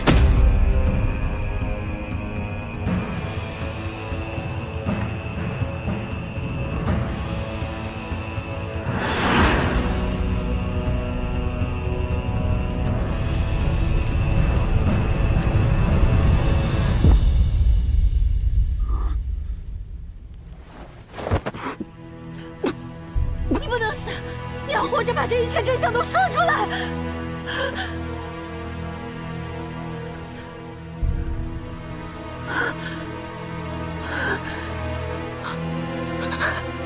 你为什么？为什么？一个杀人凶手当年没有审明，难道觉得10几年后就可以吗？我只信我自己，只有手刃了他，我才可以放心的去死。你死了吗？你死了吗？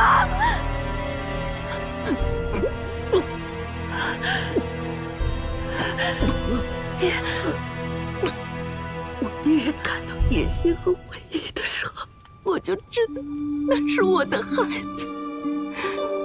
母亲的直觉真可怕，是不是？谢谢你替我照顾着他们，你把他们照顾得很好，他们看人的眼神仍旧澄澈天真。我的时间不多了，还有件事，那只莫非牌就是当年阿雄豢养的那一只，凶案过后他自己又飞了回来。我骗赵晨曦是从鸟市上买来的。这个，你拿着我的帕子，只要你拿着帕子，他就会跟你走。在这世间做人死一生呐，如今要去寻那条捷径管道，望你能再往下走一走。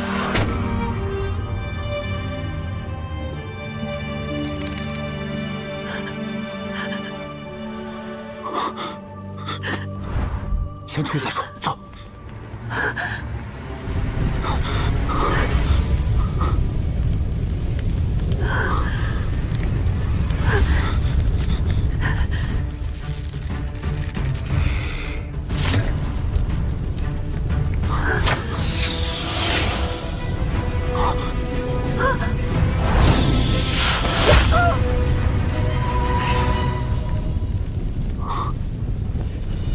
玉石与水，这人身处高位，却必将拉你沉于泥淖，你难道不怕吗？如果报仇的代价只是一条性命，那我已经占足了便宜，又何来惧怕二字？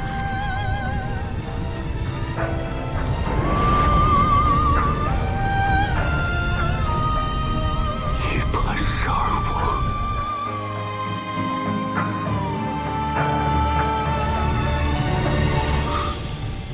十郎乃我命中避不过的劫数。昨日你绑了我，害我错过施展，差点死在脚腕。你绑我出城，我利用你上山，两相扯平。等下山之后，我二人最好是泾渭分明，从此互不相干。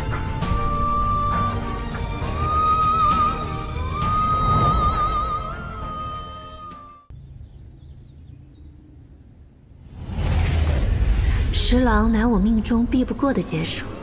昨日你绑了我，害我错过时辰，差点死在角落。等下山之后，我二人最好是泾渭分明，从此互不相干。我早就说过，你会害死我的。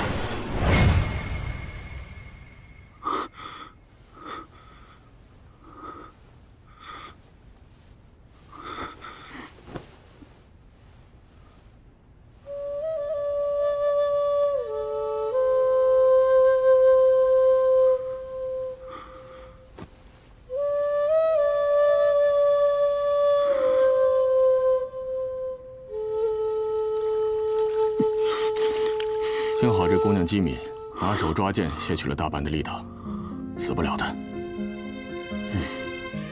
你猜是谁要杀你？翟路，这赵承熙不是祸首，他背后还有人。这案子只怕比我们想象中更加的复杂。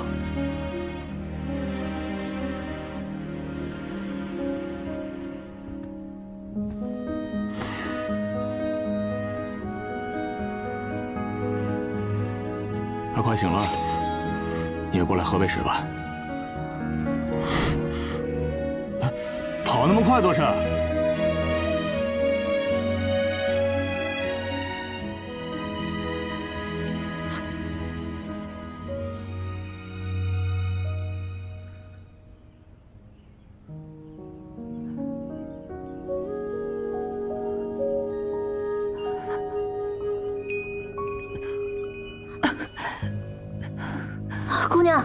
姑娘，你可算醒了。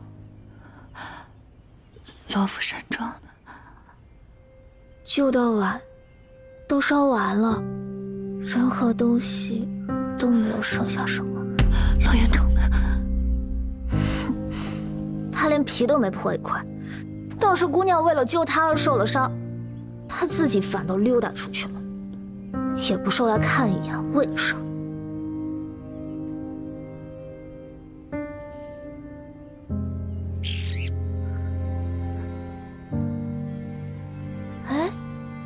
这鸟还怪有灵性的，我们回来，它也跟着飞回来了。安安静静的，也不吵闹。李姑娘，昨日后来怎么样了？当时你已昏迷，县尊大人命我先将你带回县衙。听说出事后，翟路先行下山了。我原先以为翟路只是在任上误信了贾政，此案罪魁乃是赵承熙。他不过是失察之罪。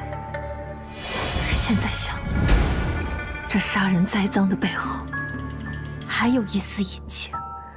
翟路，沈修不过是个替我养鸟的奴才，是我杀了他又怎么样？既然来了，就别想活着出去。翟路当时就是知情者。哥，我找到了。13年前，翟路正任花昌县县令。起来吧。所有案件细节，他最为清楚不过。他刻意隐瞒包庇，现如今还杀人灭口，他应该就是这一切的幕后推手。我们没有证据。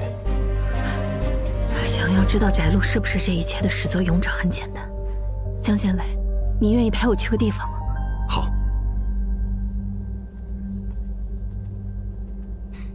等一下。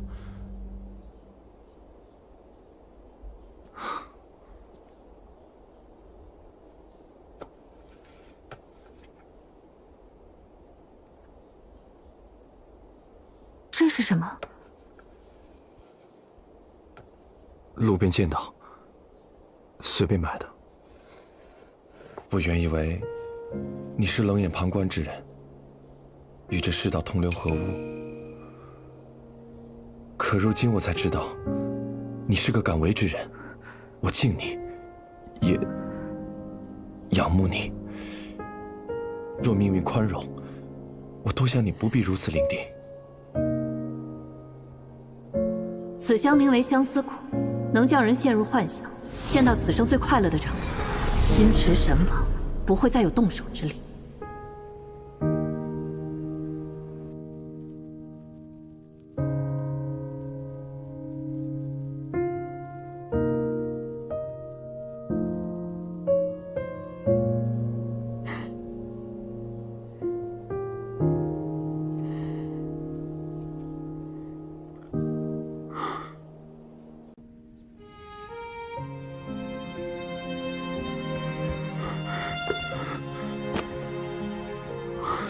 就这么让人姑娘走了？我瞧这姑娘不错，烈性仗义，找什么呢？书架要翻了。《白云老人传》，你什么时候对修道感兴趣了？你知道白云老人？白云老人那可是真神仙，你认得他？那若是他金口迟断之时，能不能更改啊？真神仙说的话，你说能不能改？我得改个名字，尤其是言辞，不能要了。陆大人，您现在是朝廷命官，上了官牒文书的，但凡脑袋在肩膀上顶着这名就改不了。你瞪我干什么呀？人姑娘救了你，你偏不理人家，这会儿人走了，你朝我发起疯来了，什么毛病？哎，怎么又不把话说完就走啊？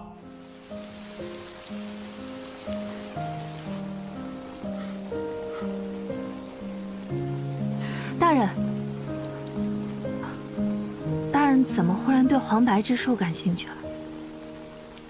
最近倒霉事情太多，聚会去。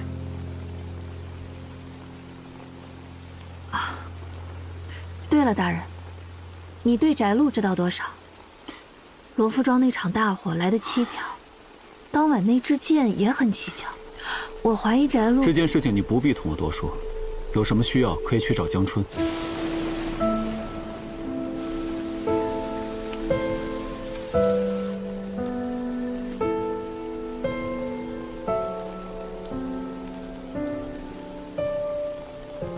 李福渊，我知道你身负冤屈，但这世上不只有你一个人有冤屈，你不能要求我专注在你一个人的义气旧案上，你明白我的意思吗？我明白了，抱歉。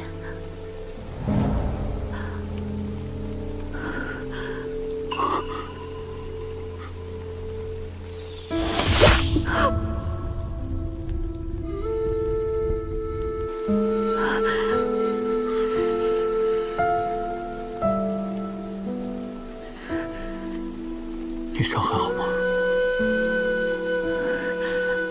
还好，并未伤在要害。多谢舍命相救。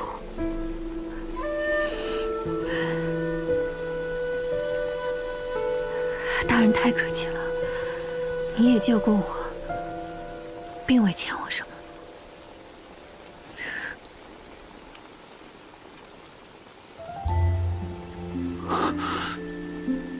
切骨之恨，您大约一生从未体会过，自然也不知我为何拼上性命都要争一个真相。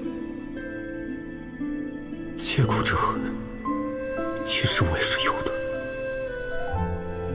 你的兄长也是为我开蒙的恩师。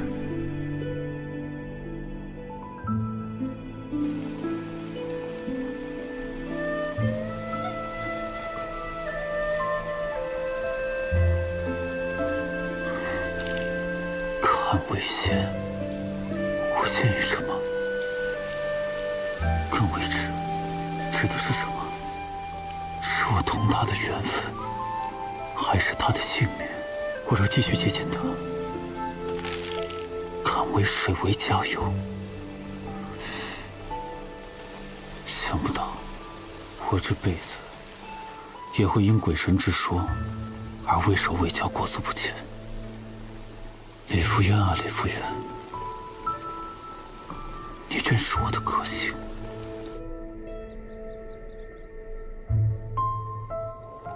李姑娘，你还好吗？无妨。有人在跟着我们，我知道，不用理。用甩掉他们吗？走方室。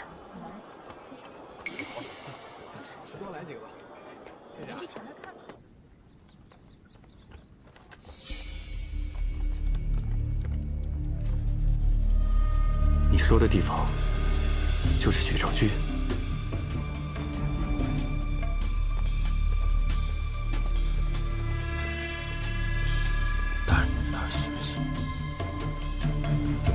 他们去了血照居。对。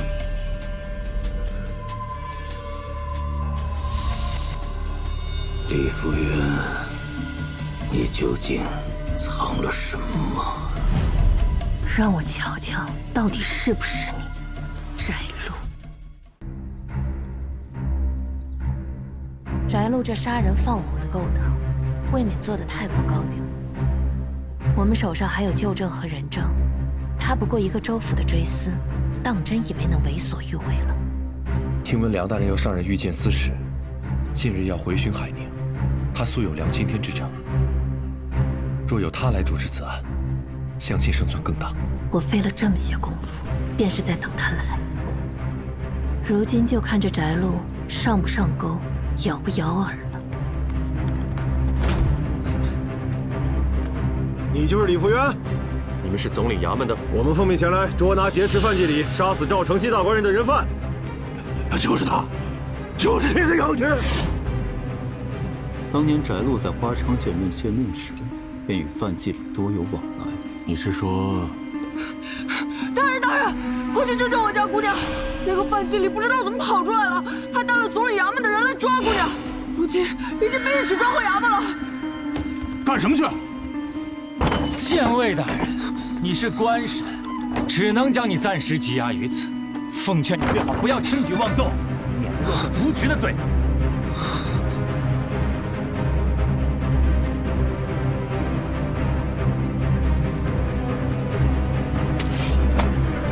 大人受点委屈，我们一起去总领衙门探个虚实。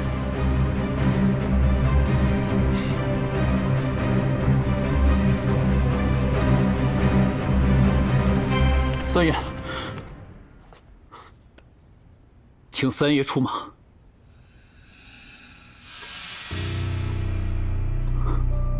文书楼起火时，我知道您保存了旧案的卷册。水来，快救火！案卷文书都在里边。可见您并非对一切视而不见，如今苦主就在眼前，却遭遇不测。若您不此时出手，那这冤案就永无昭雪之日了。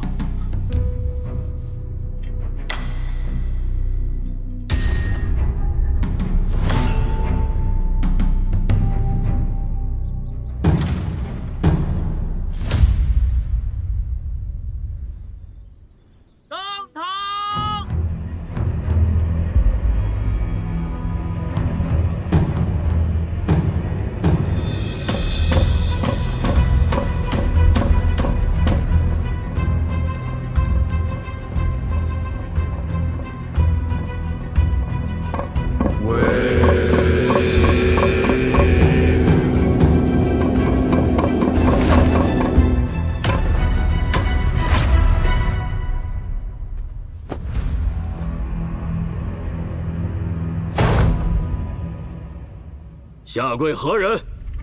民女李福渊，清河县人，久居花昌县雪照居。你身负3案，强掳范继礼，关押囚禁。由于日前烧杀赵承熙、商瑾夫妇，皆有人证，你抵赖不得。那这第3案是什么？13年前，月华街大火，将5方19街尽数烧毁。而那火并不是平白无故升起来的，纵火的人就是你。翟禄，你果然与整件事都脱不了关系。大人说什么？你既然矢口否认，那我们便一桩桩的来验看。带范继礼。海宁郡范继礼见过大人。范继礼，你且看清楚你身边的这个女子，她是什么人？同你状告之事有何干系？此人叫李福渊，自称画眉仙人。前日里，就是他将我诓骗至囚外，然后囚禁折磨。我的手指就是被这妖女砍断的。要不是大人英明，着人施救，我只怕是要死在里面了。等我出来之后，我才知道，这个妖女居然找了具尸首冒充于我。李福渊，你还有何话讲？大人，我与范员外并无交集，实在不必这样害人。你明明是恨透了我，非要害死我呀！此话怎讲？只他根本就不是什么清河来的术士李福渊，他便是10多年前华章县画眉鸟案杀人真凶李吉的幺妹儿李媛儿。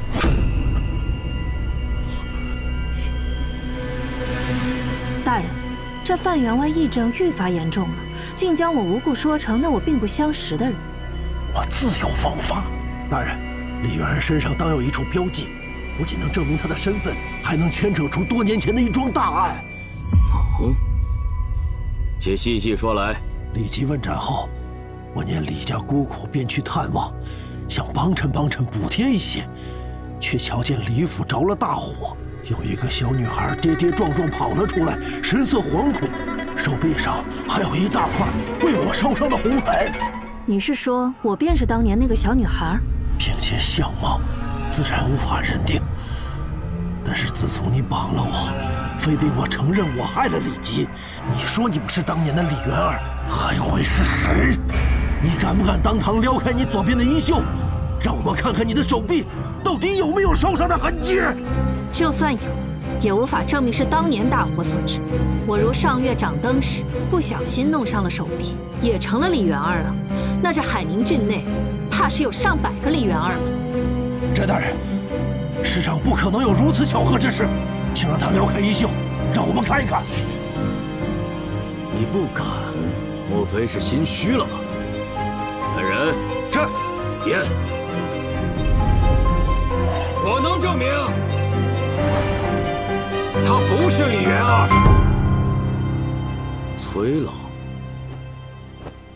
家老儿陈州崔氏崔三见过翟大人。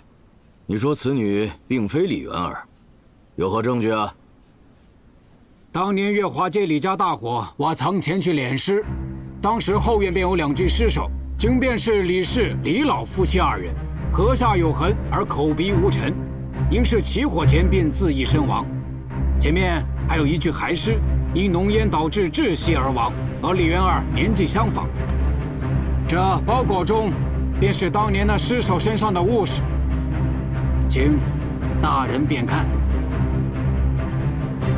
崔老儿，你怎敢胡言乱语？她明明就是当初的李媛儿。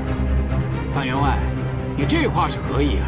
这可是我10几年前写下的验尸记录，上边还有公谢的印章。莫非我当年便和这妇人一起串通作假不成？够了！多谢这位崔爷替我说了句公道话。范员外，你神志恍惚，大约真将我当成了那个恶人。我并不怪你。你既坚持要看我的手臂，那便看吧。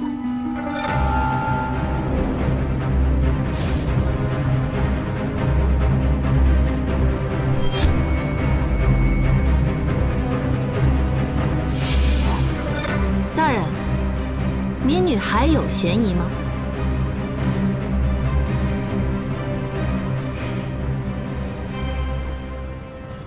你或许真的不是李媛儿，与画眉旧案也无关。但前日里罗浮山庄赵氏夫妇身亡一事，本官就在现场，你绝技脱不了干系。哦，大人莫不是还有证据？待现场清理完毕，我自会找到证据。来人，将此女押下去，容后再审。押不得。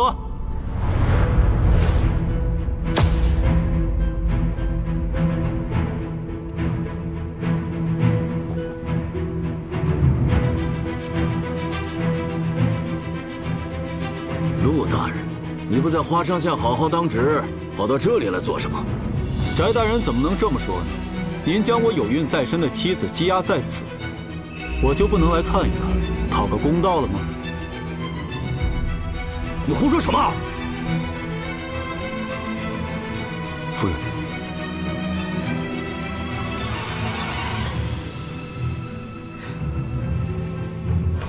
婚书聘书皆在此处，请大人过目。呈上来。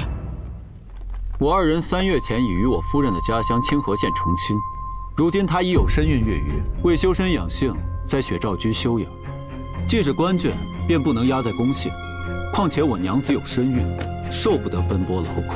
翟大人若是不放心，便在这县衙附近寻一个住处，我与娘子暂歇。先说好，须得临水，得风就好，还得南北通透，最好在僻静些。放肆！不敢。柴大人如果觉得麻烦，也可以让我们先回花昌县去，待到有实证之日，再将我们召回来也不迟。还是说，翟大人您怕我们跑了不成？我谅你们也不敢。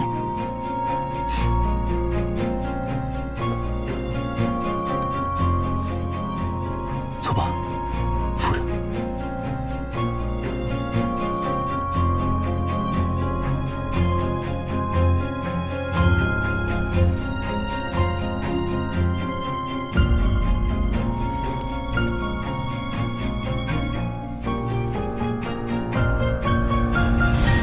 大人，就这么放他们走了？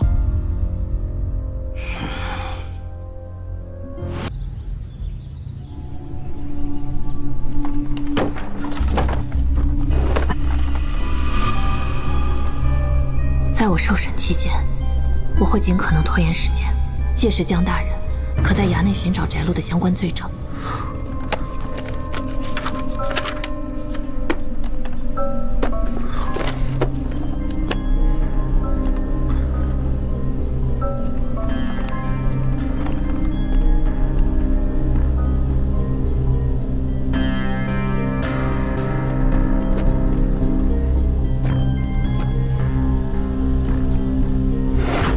衙门账簿果真有猫腻。多谢大人。事急从权，你且放心，等子监事了，必定替你改头换面，去个山清水秀的地方，择婿另嫁，一定不会损伤你的清誉。多谢大人不顾自己的名声，同我撒下这般弥天大谎。大人，李姑娘，此处不是说话的地方。啊，那劳烦崔老带着姑娘先回县衙。李姑娘，请。大人。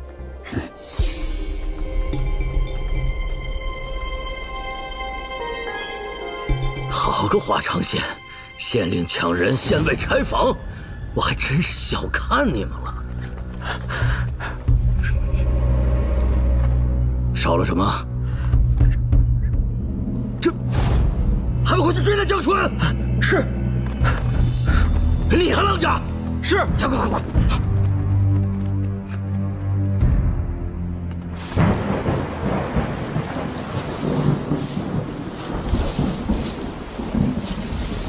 崔老，多谢您的庇护。那具所谓的尸体，应当不是个小女孩，而是一只小黄狗吧？现在想来，县衙里那具假饭祭里的尸身被烧，应当也是3爷默许的。查这种旧案，对谁都没有好处。我暗中相助，只是望你不要因此事而落罪，早日忘记前尘，做个自在的人。那为何你现在又愿意站出来了？因为有人求我。什么？啊，没有什么。你的手臂为什么没有烧伤？我也觉得奇怪。范季礼在公堂上如此笃定地指认我，可见他描述的那日情形不假。他确实见到了一个被火灼伤手臂的小女孩。你是说？正是如此。我虽亲眼见到了父亲母亲的尸身，可那日火势太大，我并未进入家中，因此没有被火灼伤手臂。若范季礼见到的那个小女孩不是我，那就是说，那日大火烧起来前，家中还有另一个孩子。这几日怕是不能分房，翟禄少不得要派人过来盯着。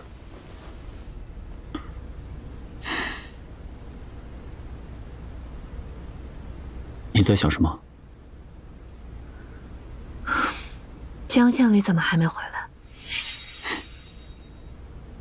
你倒是时刻都很关心他。他也是为了我才会得罪上官的。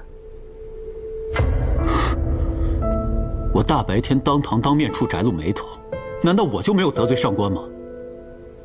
这世上不止你一个人有冤屈，你不能求我专注在你一个人的义气救案身上，你明白我意思吗？我明白的，多谢大人。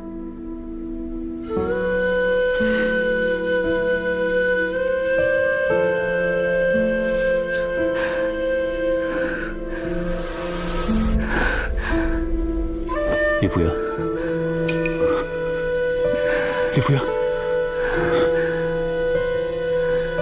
你今日没有上药。我没有力气，也不方便。横竖等明天也没关系。你宁愿痛死，也不愿意跟我说一声吗？大人为了救我，牺牲自己，也是出于公义。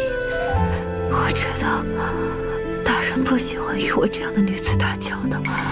我若还是娇气矫情，岂不是显得太不识相？我什么时候？罢了，躺好，我给你上药。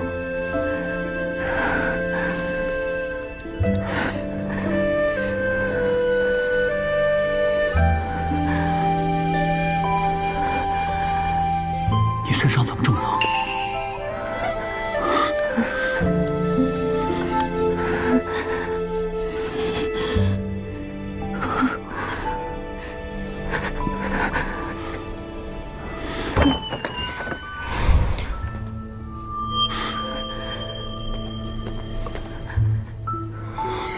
抱歉。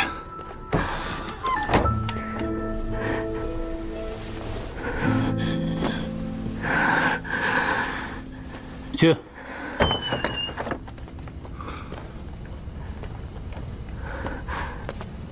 我不知道李姑娘在这里。我在这里，你就可以随便闯进来吗？蒋大人是有什么收获吗？确实有点发现。是什么？这是州府衙门采购的账簿，4日前购入桐油、火油共计36斗，这数量绝对有问题。桐油、火油，共计36斗。桐油，罗浮山庄的大火。正是，那么大的府邸，即使有煽风作用，若想顷刻烧起来，也不是一件容易的事。我猜测，他们事先将助燃之物暗中运往了山庄，这也让我不由得想起13年前的那场大火。好狠毒的手段！翟禄在州府衙门多年，衙门这一路只怕是走不通。我们即使手握证据，又应当要去找谁？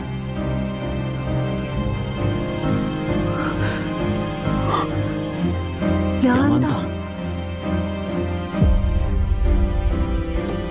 逾月前，梁安道自浙北出发，一路向南，按船程算，不日应到海宁。州府衙门届时会派人在秋水烟迎接。我们要在秋水烟官驿找到梁大人，将翟禄纵火的相关证据呈上去。正是如此，我如今已被翟禄盯上，还得劳烦江县尉奔走一趟。他什么时候做了如此周密的计划？政和8年6月初2，天又晴，百事待兴。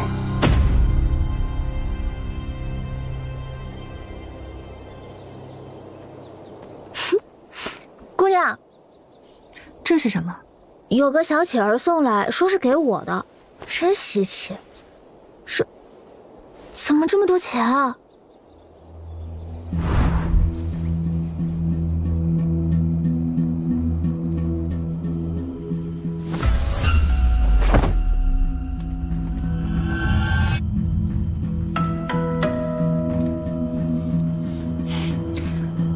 收着吧，就是给你的。姑娘知道这是谁给我的呀？你也马上就知道了。啊，对了，去我屋内守着，一会儿陆大人如果问起来，你就说我不舒服睡着了。是。京春应该已经引开盯梢的了，此事不能再牵连大人。找梁安道必须靠我自己。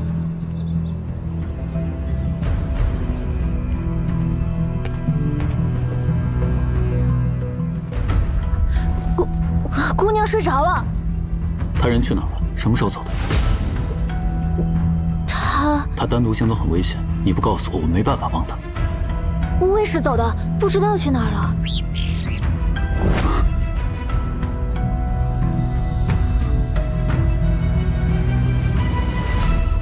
不出大人所料，那江春就是个幌子。他走之后，新路的和那女的也出了城。人手备好了吗？是，已在出城的路上。李杰的这个妹子挺有本事，和星路的沆瀣一气。哼，我倒要看看，这回他们怎么脱身。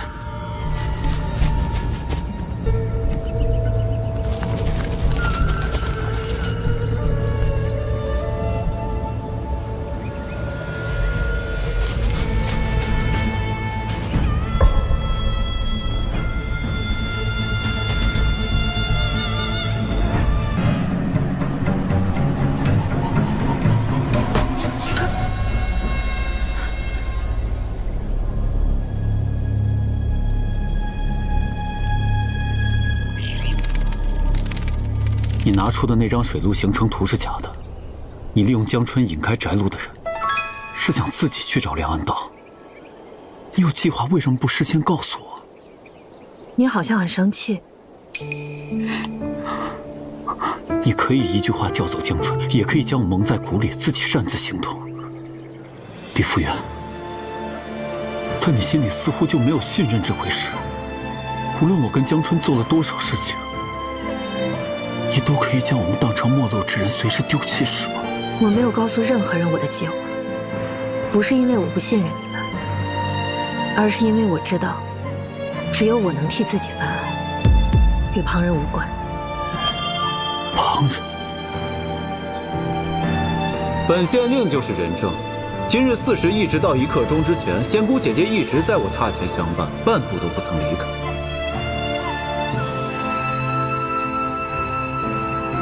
婚书聘书皆在此处，请大人过目。您将我有孕在身的妻子羁押在此，我就不能来看一看，讨个公道了吗？旁人。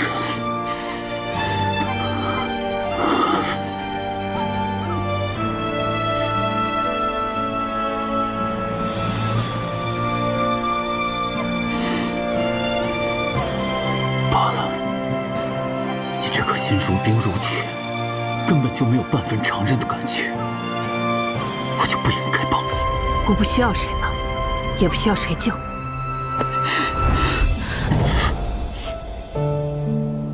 你说开始就开始，你说结束就结束，未免太过霸道。我就要跟着你，你待怎的？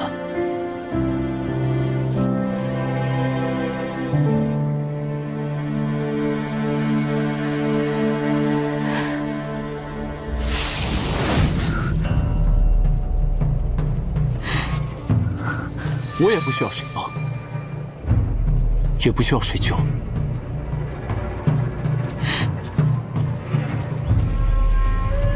我乃花昌县县令，何人在此拦路？杀的就是你！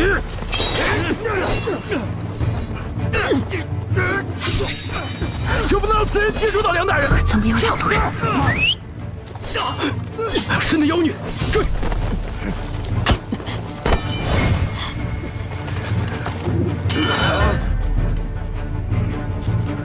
不管你是哪路仙姑，今日必是你的死期。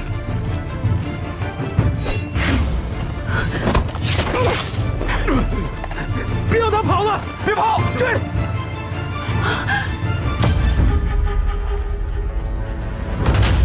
看你还有什么能耐，快关受死吧！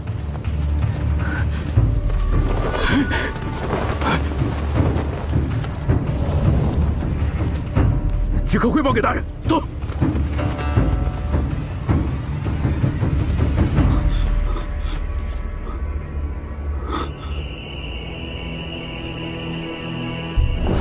林夫人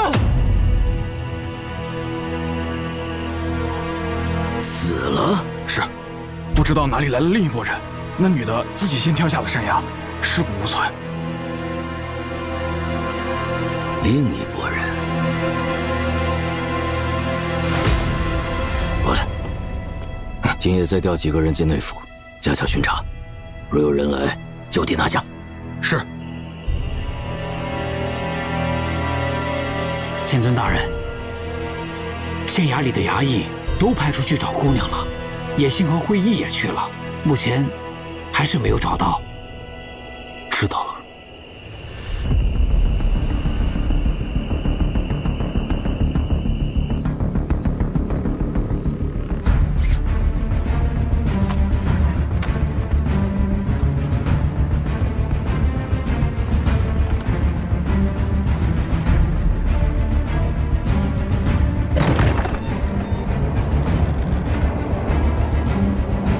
今夜漫长，翟某恭候多时了。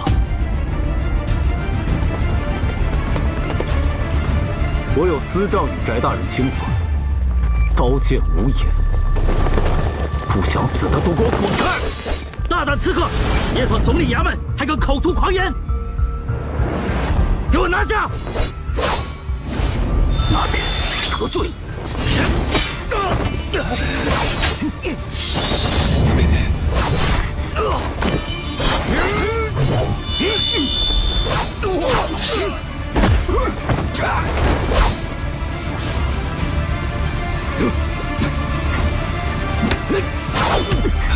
你想死啊？就都别活！疯子，疯子，杀了他！快过来！你是疯了吗？救！对，别让他跑了！让他走！你们几个去那边，好，这儿好。你疯了！死了个李福渊，你还要去那里给他陪葬吗？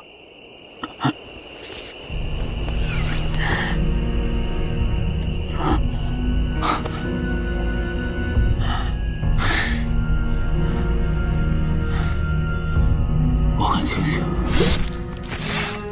我这辈子从未这么清醒过。翟路那里那么多人，他已经有了防备，你今夜肯定杀不了他的。知道，你知道你很……他是为我死的，他总是很冷漠，不承任何人的情。只有我能替自己翻案，与旁人无关。还喜欢对人说狠话，但如果不是要为我引开那些人，他不会掉下去。你说多奇怪！我接近他，他会不信；我避开他，他也会不信。好像无论我怎么做，都不能令老天爷满意。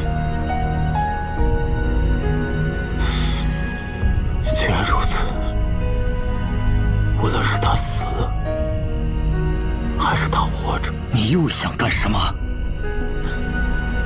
那我能不能求你件事儿？什么事儿？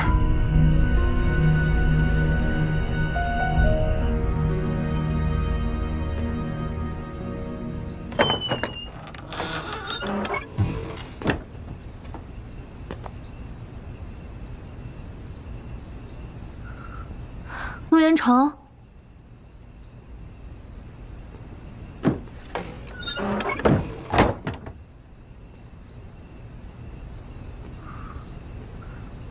我就消失了半日，府上怎么空无一人了？别点灯。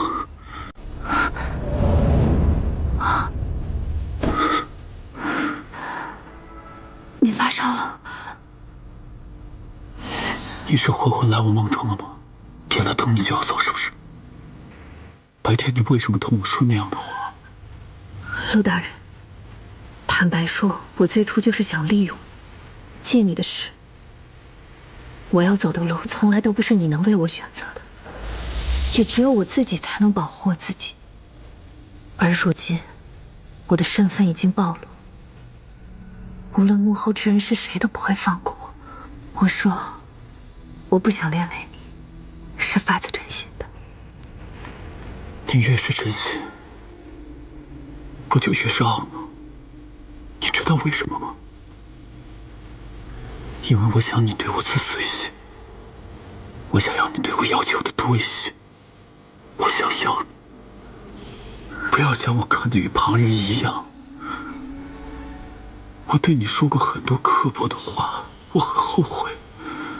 我以为我只要离你远远的，那就玉石二王的誓言就永远不会实现。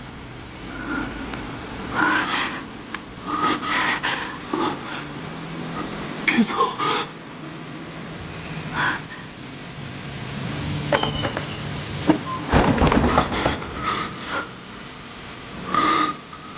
李夫人，我喜欢你。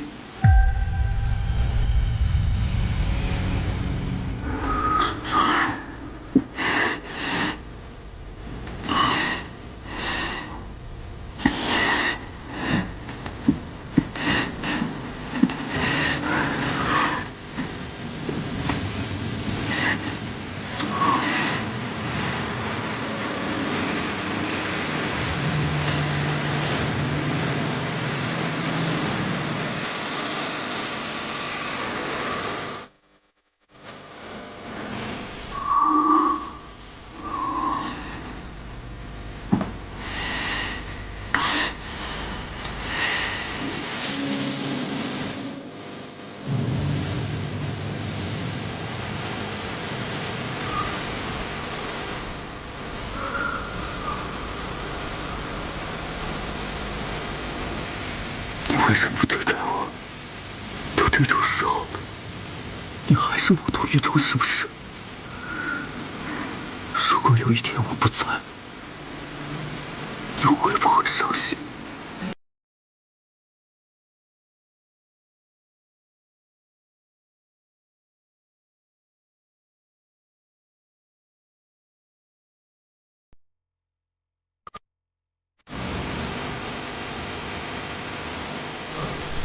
大爷是不会伤心的。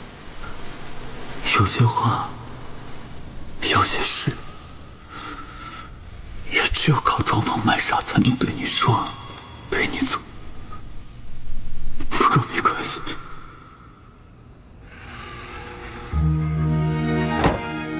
过了明天，你一定会没有后顾之忧的，好好活着。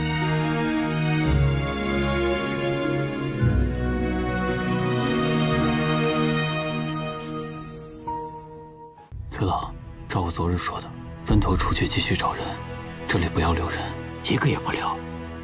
有劳了。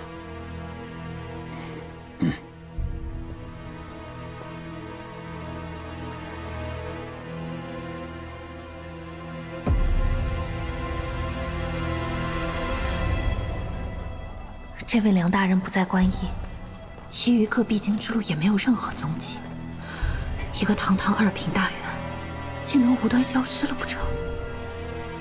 李姑娘，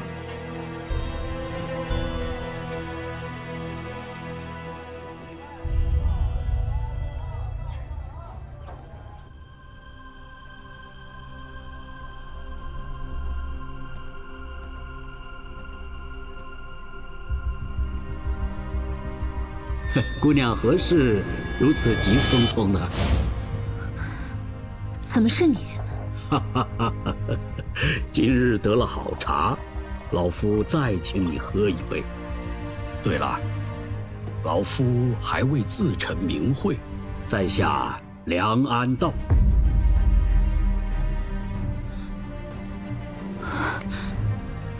姑娘不必多礼。原来大人早就微服到了花城县。不出来走动，不就成了聋子瞎子，什么也看不到，也听不到了吧？那我来看什么？一把年纪了，游山玩水吗？李姑娘，我们已将证据呈给梁大人了。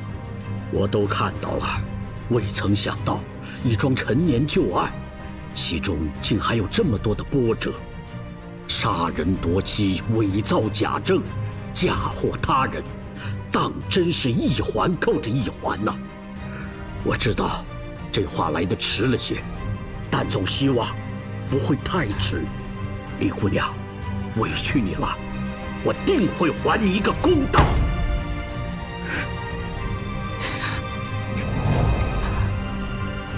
多谢大人。好了好了，这下我可算有个交代了。姑娘前日里掉下山崖，可把我们陆大县令给闹急眼了，非得催促我来找梁大人。我求你件事，我怕江春没那能耐找到人。梁大人那边……好，我答应你。是他让您来找的梁大人。如果有一天我不在了，你会不会伤心？从我掉下山崖到今日，他一举一动可曾有过什么异常？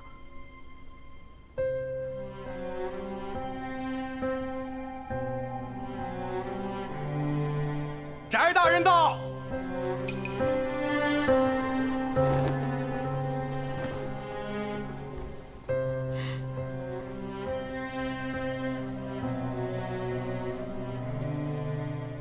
翟大人，这么快就来了？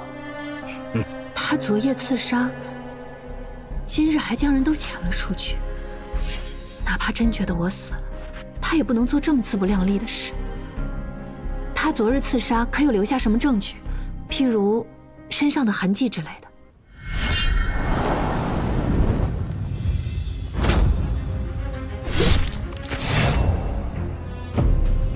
陆元崇，果然是你！你好大的胆子！我的胆子有几斤几两，翟大人还不清楚吗？他是要引翟禄来找他，他究竟要做什么？诸位，我便是昨日行刺翟大人的刺客。来呀，来拿我呀！老夫有一猜测，京畿之外，如有2名7品以上官员遭暴卒或死于非命者，不可原地一审，应发回大理寺，重议后审。如陆县令与翟禄一同出现意外，就算老夫不来，这桩案子只怕也是不得善了了。一旦上承京畿道，翟禄在海宁，那朝中的关系便也使不了。事情一旦闹大，自然就保住了李姑娘，确保画眉鸟案不会再被压埋。不过李姑娘也不必过于忧心，可能是老夫猜错了。这世上真有人会为了一桩陈年旧案，用自己的前程与性命作陪吗？把他给我拿下！慢着！翟大人，有一些话，好似不方便让旁人听见，譬如罗浮山庄时。都在外面等着。是。请。我劝你还是别做无谓的挣扎了，如今那个女子也死了。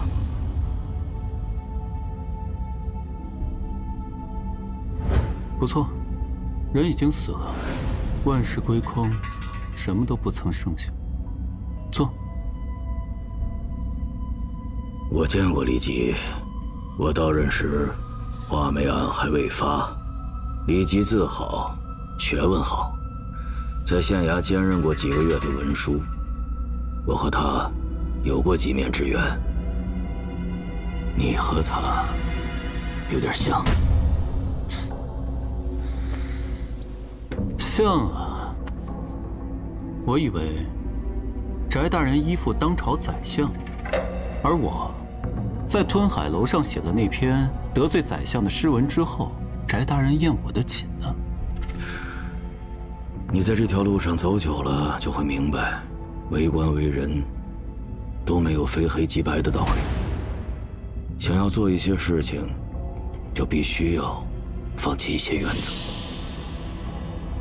不管你相不相信，我20出头的时候，也不是今天这个样子。翟大人今天对我说的话可真有意思，只不过我跟李姬一点儿也不像。一个女人还不至于让我要死要活的，但昨天我若是不整那一出，那翟大人恐怕也不会这么轻易露面。有些事只能等我2人会面密谈。你想要谈什么？大人对我了解不少，应该知道我不是什么蠢人。我此番帮李吉的妹妹翻案，也是想搏上一搏。我赌着画眉鸟一案在海宁的影响，争他个清流清正的名声。但现如今人已经死了，没了苦楚，这案子怕是翻不出什么水花。想要在仕途上更进一步，少不得得另谋出路。因此，我思前想后，觉得背靠大树好乘凉。翟大人，此次来，我是来向您投诚的。哼，空口白话。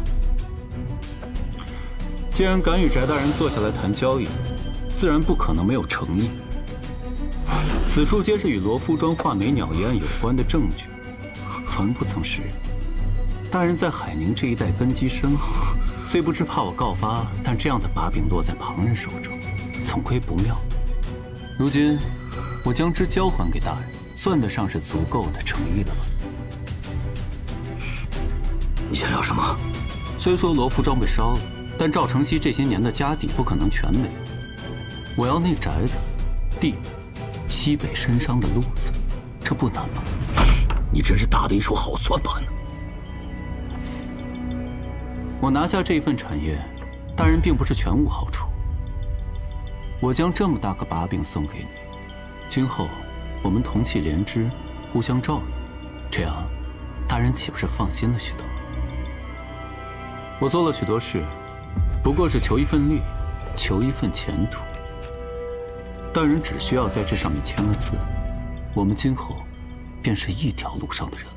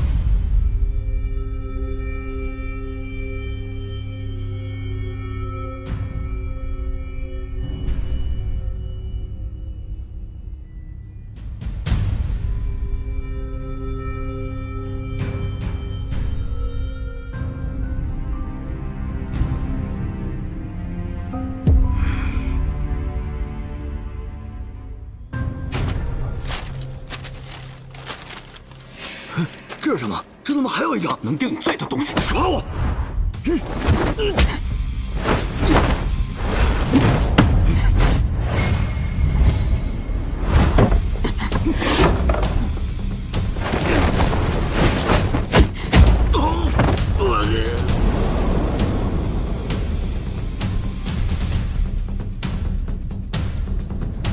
陆延崇，陆大人。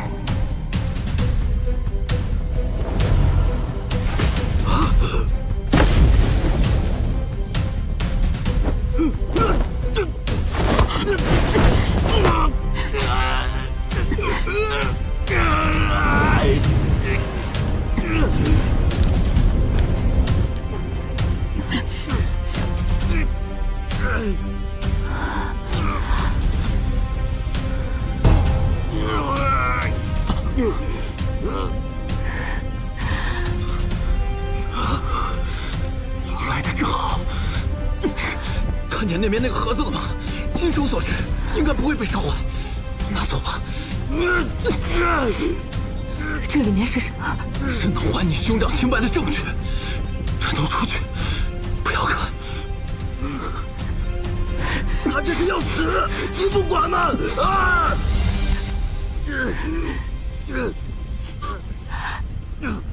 只有你二人一同死了，这案子才能成为铁案。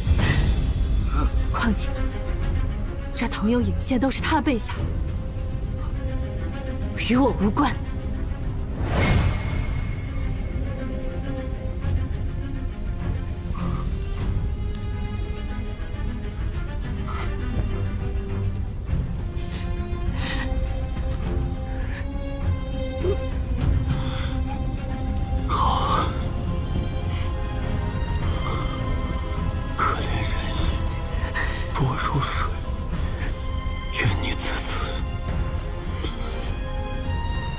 全有益，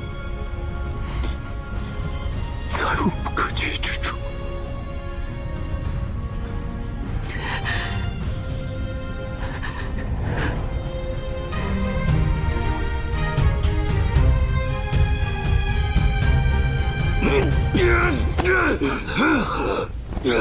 站住！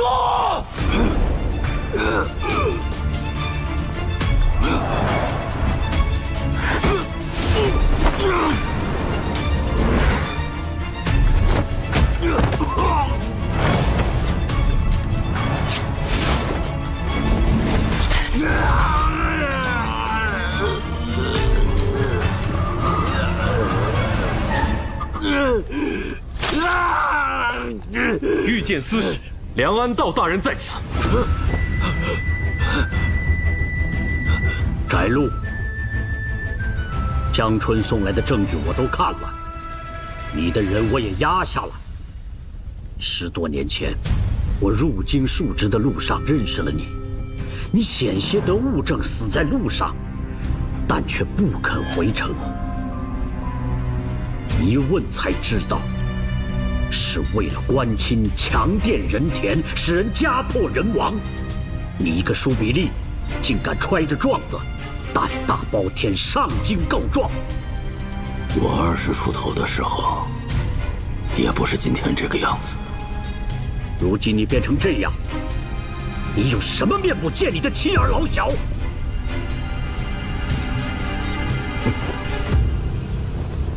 那就如此吧。当年赵承熙给我送银子，我做定这个案子的时候，便当知道会有这一天了。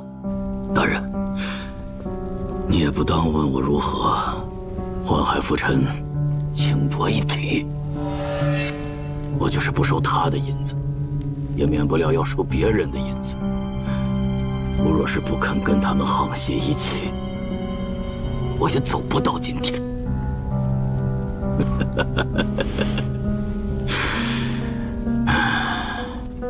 东风谬掌花拳柄，阴威一调压千金。你当初敢在吞海楼上这么显示讥讽当朝宰相，冒的就是掉脑袋的风险。看你今天的作为，定然也是不怕死了。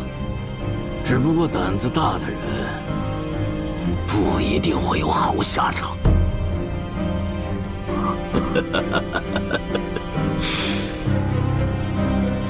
没想到，当年放走的一只小小的画眉鸟，竟然成了破局的关键。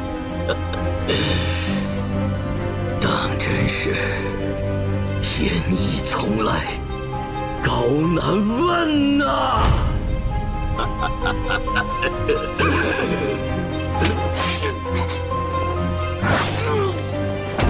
政和8年6月初3，天阴，是俱往矣。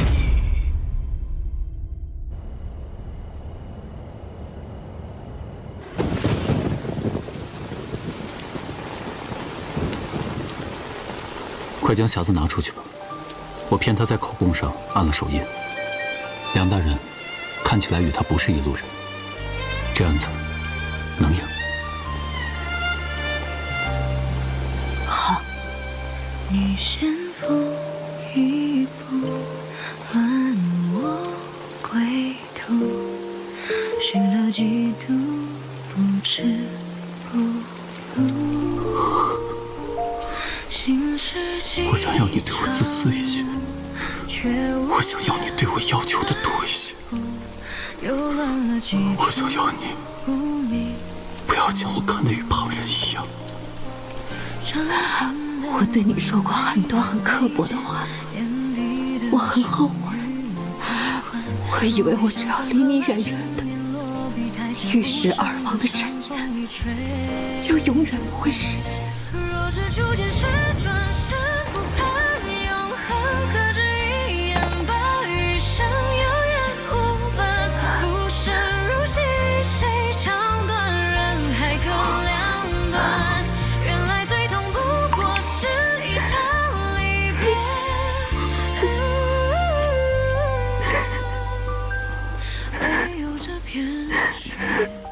你哭了，别哭了。伤口崩开了，疼吗？刚才有些痛，不过瞧见你哭了，我又忘了。好了，没事了。我留了后手，不论今天梁大人来不来，我都不会有事。你看我像是那样蠢笨的人吗？你又骗我！我几时又骗你了？你从前骗我说你一点都不喜欢我，现在又骗我没有要为了我去死。陆彦中，我们不要再去管什么世道，什么谗言了，好不好？你愿意为了我死，但我想为你活了。唯有这片雪，年年落年年，唯有这片雪，年年落年年。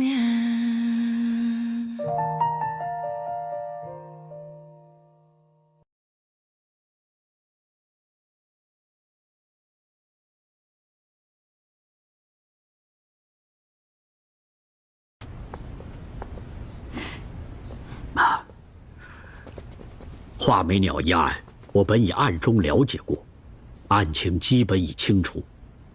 二位且放心，我会尽快重审。多谢梁大人。梁大人。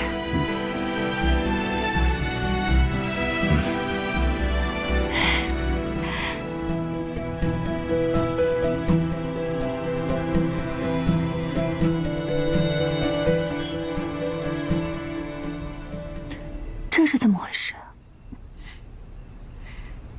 瞒着你，本是为那谗言，不想牵扯过多。现在确实也无所谓了。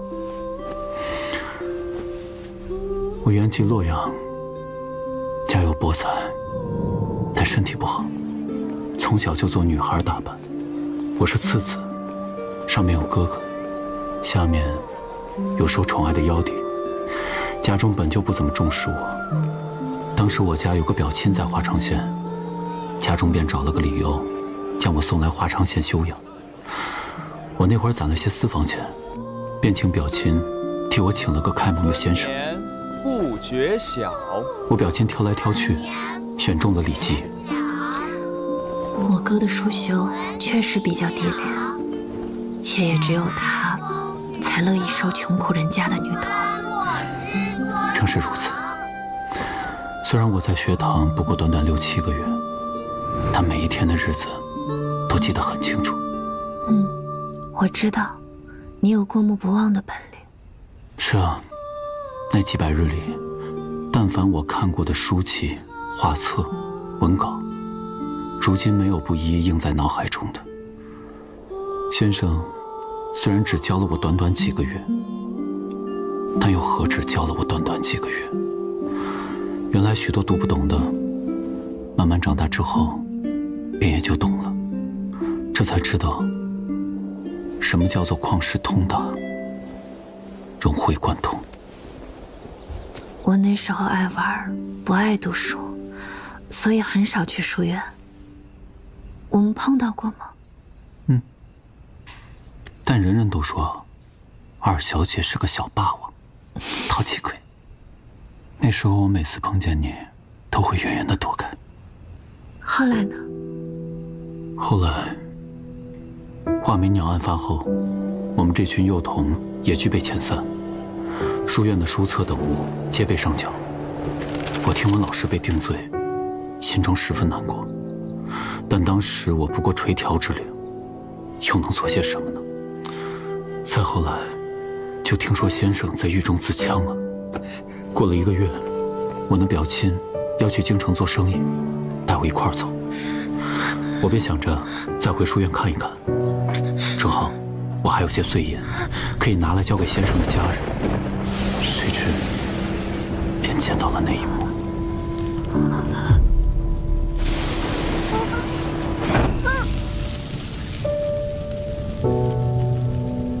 后来我读书，科举做官，这一切的一切，都是为了回到这里。我想要搞清楚当年到底发生了什么。我不相信我的先生，你的兄长，是会杀人作案的凶手。好在梁大人已经应允，此案不日便会重审，你且放宽心。这10几年的风霜，总有彻底融化的一天。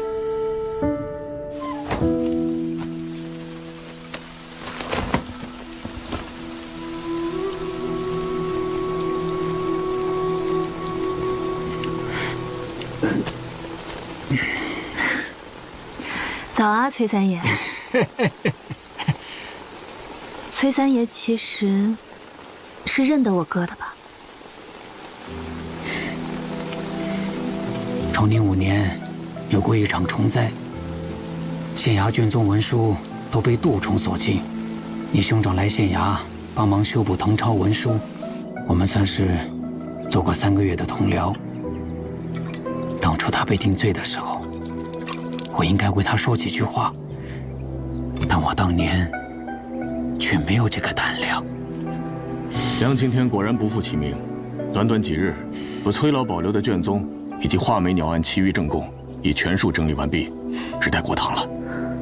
梁大人知晓了我们的身世，很是同情，许了我们梁籍，还给了我们本金。今后我打算跟慧玉离开海宁，去京城做点小生意。听梁大人说汴京繁华，我也想去瞧瞧。哎，听说你有望升迁啊？确实有望升迁兵卫司。我丁忧期已满，也即将启程回京了。岑仲伯伯，你也是官啊？唉，你们都走了，就剩我们俩了。你才刚上任，就好好待着当你的县令吧。你看着他些，省得这个人再发疯放火。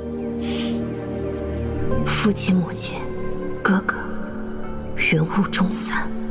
我这一回，不是等人来救的雏鸟，我也是飞隼，是猎鹰。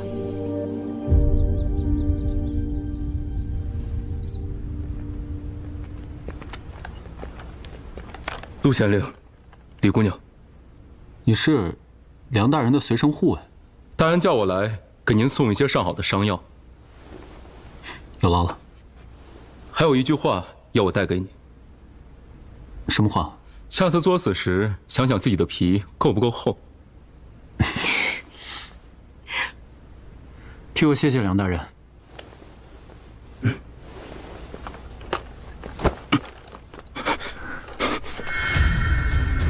他右臂有伤。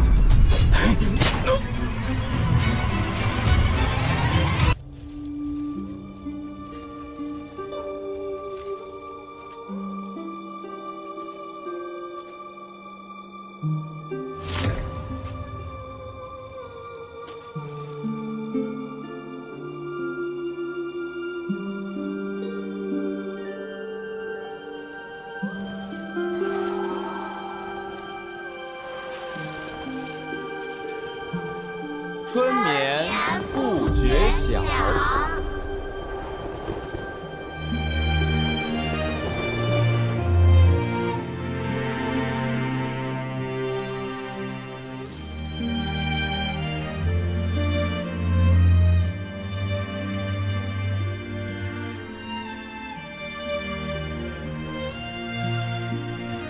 我们从前就坐在这儿。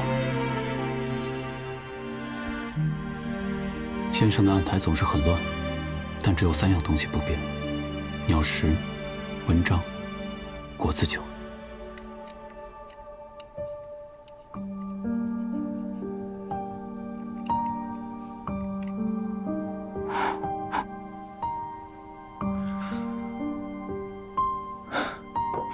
过来。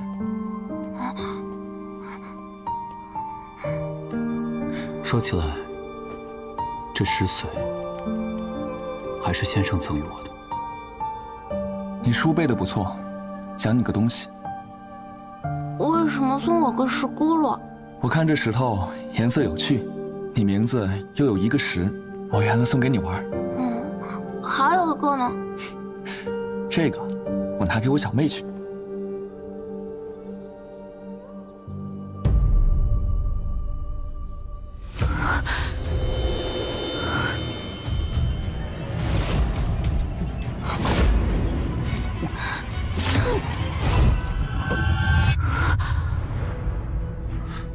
怎么了？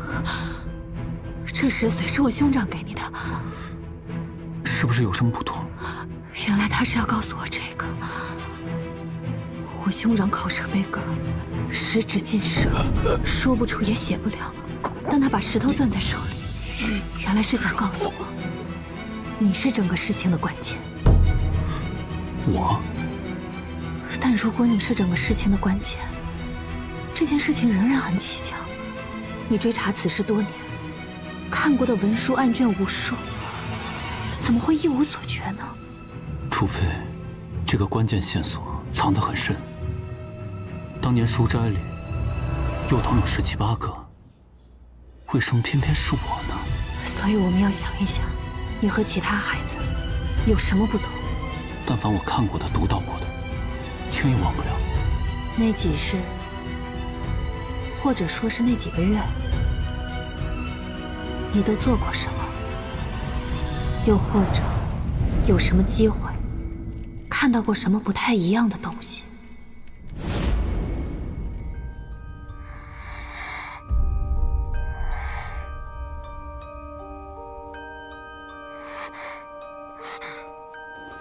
先生讲课很有意思，一点也不枯燥。但要说课上能与小童说什么牵扯人命案的关键，可能性不大。你除了上课，还会做些什么？睡觉。你怎么不去玩啊？没意思。的确没意思。我给你找点有意思的事做。既然不去玩，那就抄书吧。抄书？抄了什么？有老师自己的诗篇，还有一些对于杂诗的议论。不是这些，还有什么？有一份东西，我没有抄完，但是我读过。是什么？这份不用抄。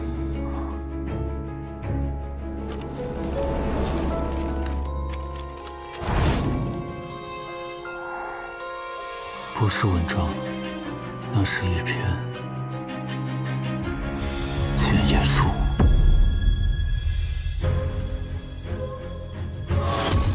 这谏言书竟然是写给他的，所以13年前，最后令他蒙冤致死的原因，就是这个。他为天下写下忠言，却被你葬在无声里。我这一生风雨流离，不是命，而是你，是你用贪念写下了我一生的血书。那就从现在起，让我来改写它。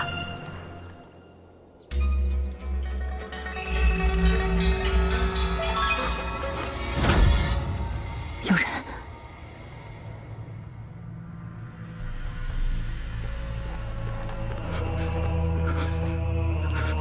大人，属下从李福院那回来了。那个李福渊应该是发现你了。你是个聪明人，自己解决吧。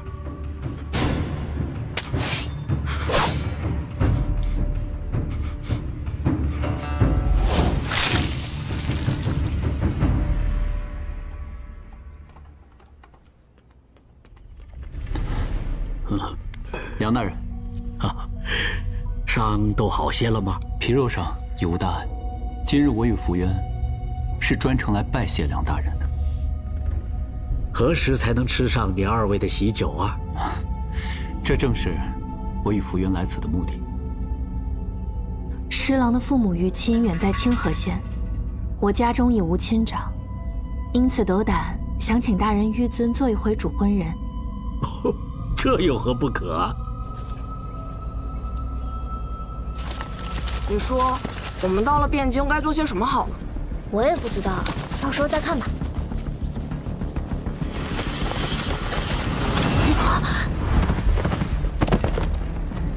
撤！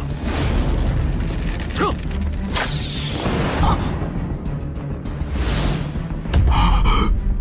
那太好了，3日后6月初7，正是我兄长的忌日，我们想以喜冲哀，也好忘却前尘往事，重新来过。大人觉得如何呢？李姑娘果然活得通透，我觉得这个主意不错。这不是乡县尉的马吗？政和8年6月初3，云半风，晦明相交，为不定之数。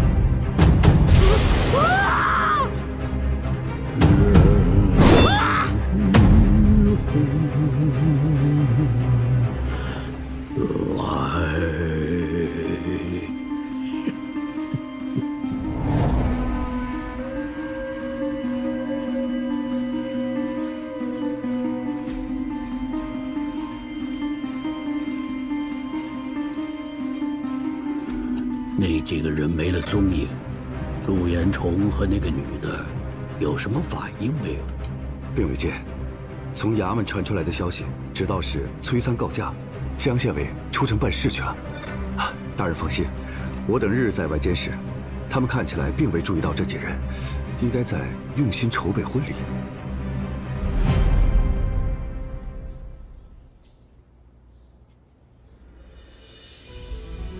如果你就此停下，不再刨根问底，先生的罪名也能洗脱，是不是就可以？如果我不再追究，你难道会就此停下吗？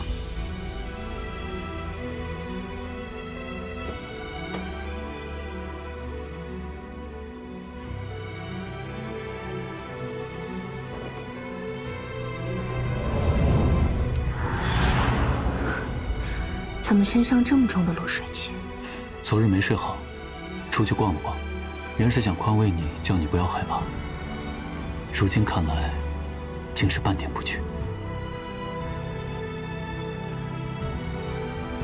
而今之举，吾为权、名、利，为此后含冤而去者，不必如吾兄；为此后蒙冤而活者，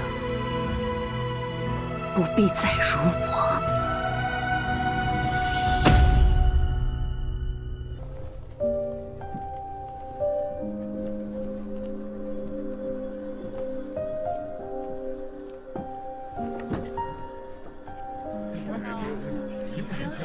什么日子呀？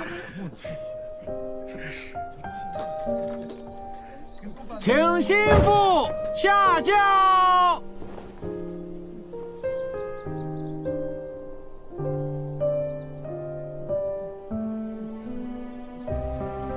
请心腹脚下慢。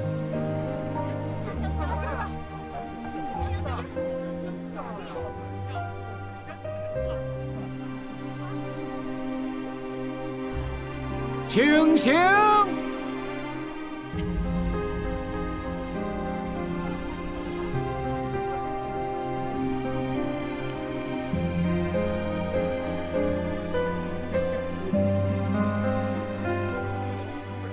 负担持，清吉平安，千岁永离。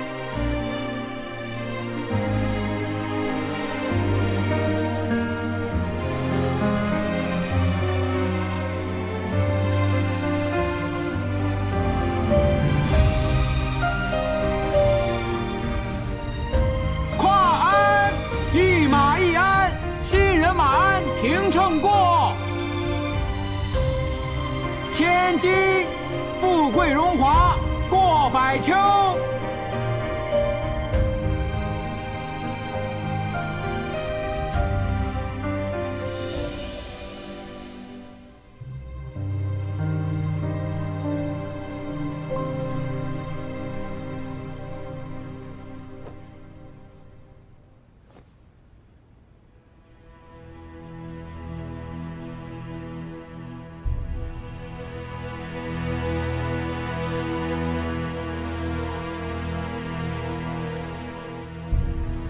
作账，夫妇和谐，常保守。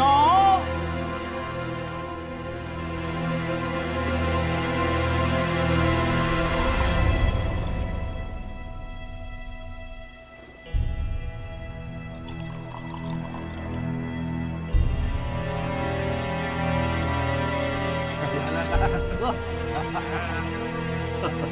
好好。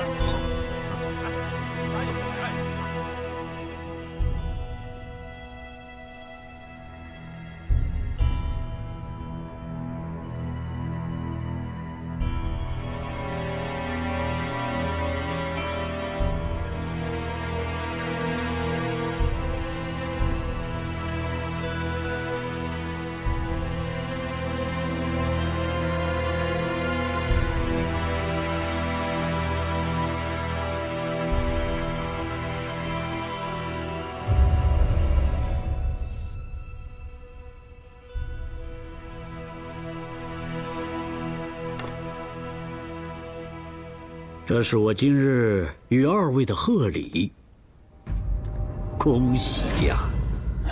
梁大人，何进九州？为什么？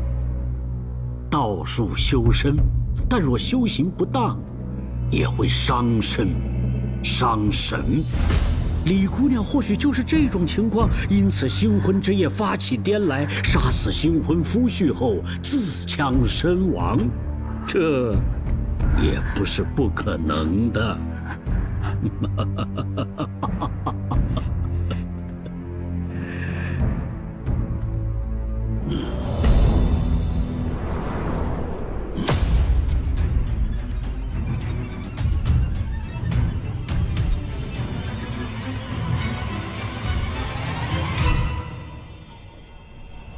梁大人，方才您有句话说得不错，论修道方术，叫人如何动弹不得，您确实不如我。你们早有准备，李夫人不，李元儿，你想干什么？今天来的人，一个都不许走，通通留下，旁听此案。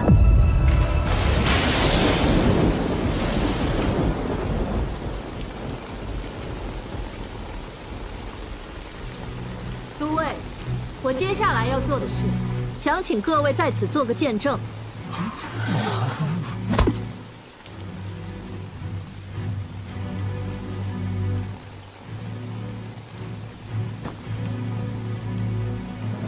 今日之事，我一人便足矣。你愿意陪我赴死，是你的情谊；但我若真让你死，那我便不是李夫人，而是我兄长的影子，是这乱世的玩偶。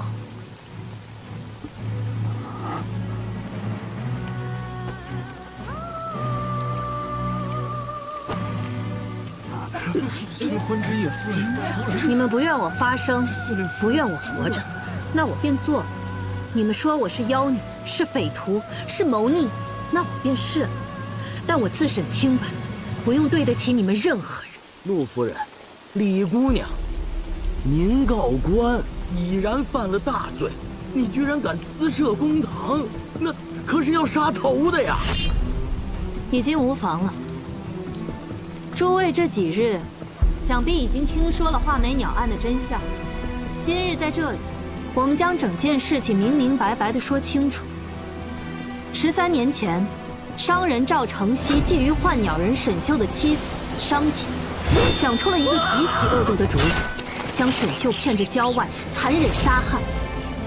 后又恐事情败露，便贿赂了当时的县令翟禄，生生做了一桩冤案，构陷我兄长李吉为凶手。这便是各位听到的事情真相吧。但我方才所说的，并不是整件事情的真相。我兄长李吉，并非因沈秀而死，与之相反，幻鸟人沈秀，是因我兄长李吉而死。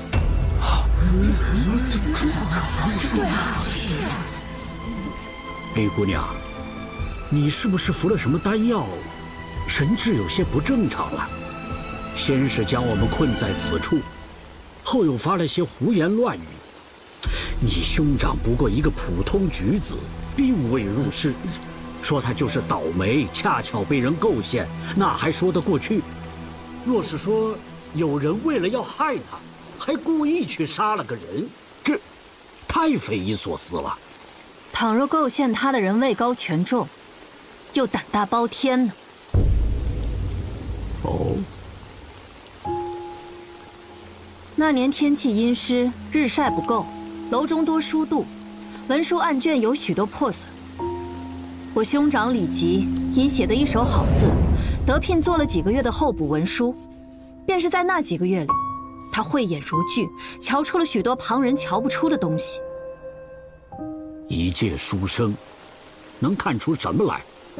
自元符2年至崇宁2年这5年间，花昌县共计命案大案67起，无一悬案，其中有42起是在3日内完结，故而当时在任的梁大人被称为梁青天。但这42起案件中，多多少少都有些疑点，不是证供不足，就是有细微的矛盾之处。他当时自然没有怀疑这梁青天的圣名，只是觉得心中有疑。李姑娘，你莫非说这些案子都是梁大人造的假吗？正是如此。这是梁青天。他发现了此事，并没有想着揭穿，而是将这些写成了一篇见文，企图劝诫上官。也正是因为这篇见文，要了他的性命，梁安道因此找上了赵承熙，这才有了沈秀之死、画眉鸟之祸。空口白话。此事已经过去了10数年，我一时片刻确实找不出什么实证来。但是大人，我知道从律法、程序，我似这浮游汉术扳不倒您。但您别忘了，人言可畏。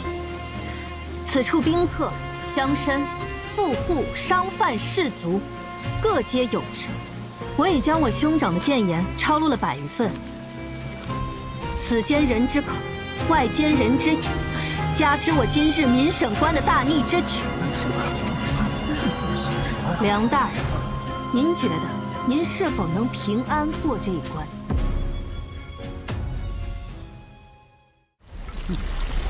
原来你们是想这么做啊！不错，真是后生可畏啊！但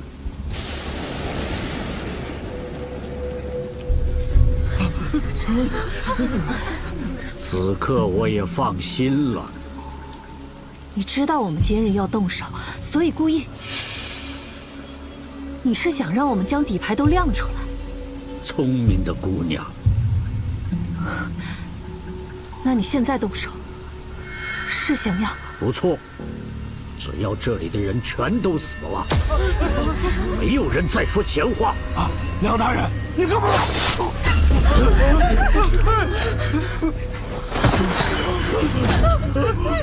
杀人了！不急，一个一个慢慢来。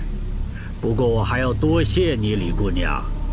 你的画眉幻术在花昌县颇具声名，因此这些人死在你失控的画眉幻术下，也不算奇怪，你说是吧？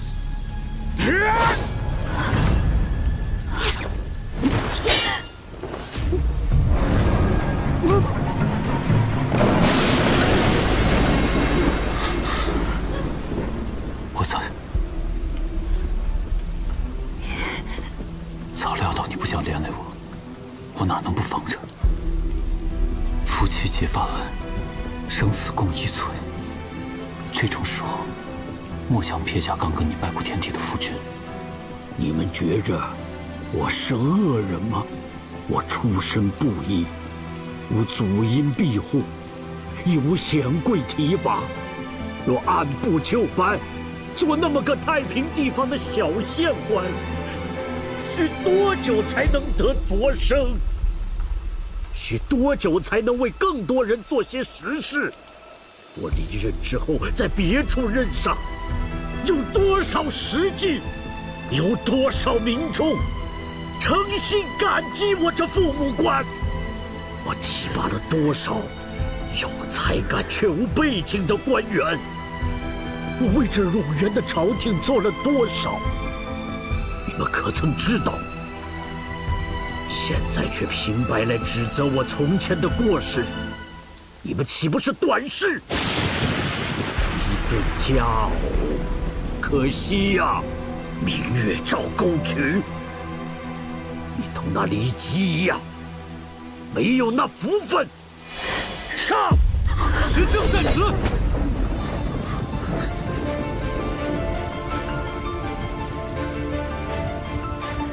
江大人，梁安道已察觉我知晓了实情，你可就计出城，引出岸上，再帮我寻得一人，作为最后的赌注。告诉他们，你是什么人？妾身姓黄，乃是追思宅路的妻子。梁安道，我与几个儿女落在你的手中，你要挟我父自强为你顶罪，事后又要杀我们灭口，真是好歹毒的心肠。我有户籍文书可查，姓甚名谁自能查证。梁贼，你还有什么话好说？这就是你们找来的实证。实证在此。崔三爷，您最清楚当年之事，而今此机难逢，望您以假死之名，助我揭开这阴霾。此信是我从范季礼家中暗阁内取来，这也是你当年指使他污蔑李吉、伪造证据的那封匿名书信。梁大人，防君子不防小人，你邀范季礼来参加喜宴，本就是想连带着杀他灭口。而此时我去他家中，他家人自然会将他拿来保命的底牌交予我。此事虽已过10数年，但是当年事发突然，未及找人代写，这书信就是你的笔迹。实证在此。单夫人，野心会议待在我身边，恐有性命之忧。梁安道用人我已查实，均是些山匪莽夫，只求报仇。如今，您可与您的2位爱子团聚了。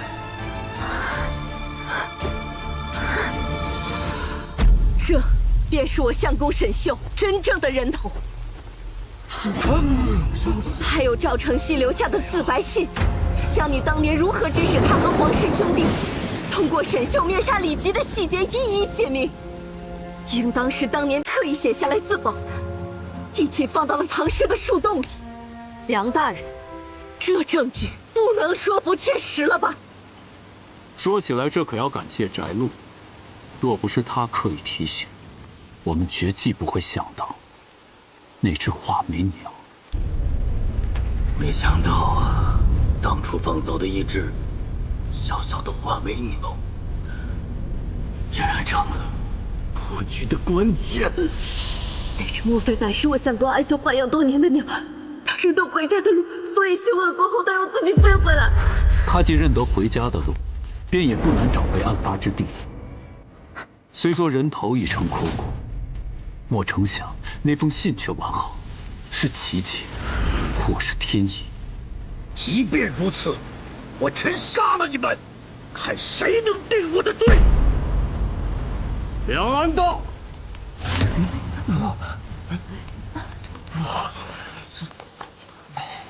梁大人，你是御剑司使代天巡狩，地方官员自然审不了你，但岑某人一个御剑忠诚，应当还能勉强审一审你，主持一下大局吧。姑娘前日里掉下山崖，可把我们陆大人给闹急眼了，非得催促我来找梁大人。梁大人，您与岑大人共事多年，想必您早已认出了他，因而有所顾虑。否则，我与陆大人不能活到今日。也正是因为您顾及岑大人，知道不能轻易了结，这才胁迫翟禄秉纲了却此事。江春送来的证据我都看了，你的人我也压下了。那便如此吧。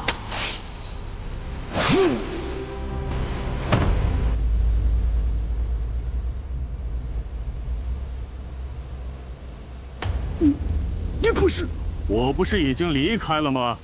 哼，那自然是有人中途截住了我，将一切事实告知于我。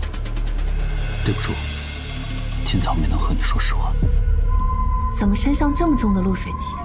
昨日没睡好，出去逛了逛，是我将岑大人请了回来。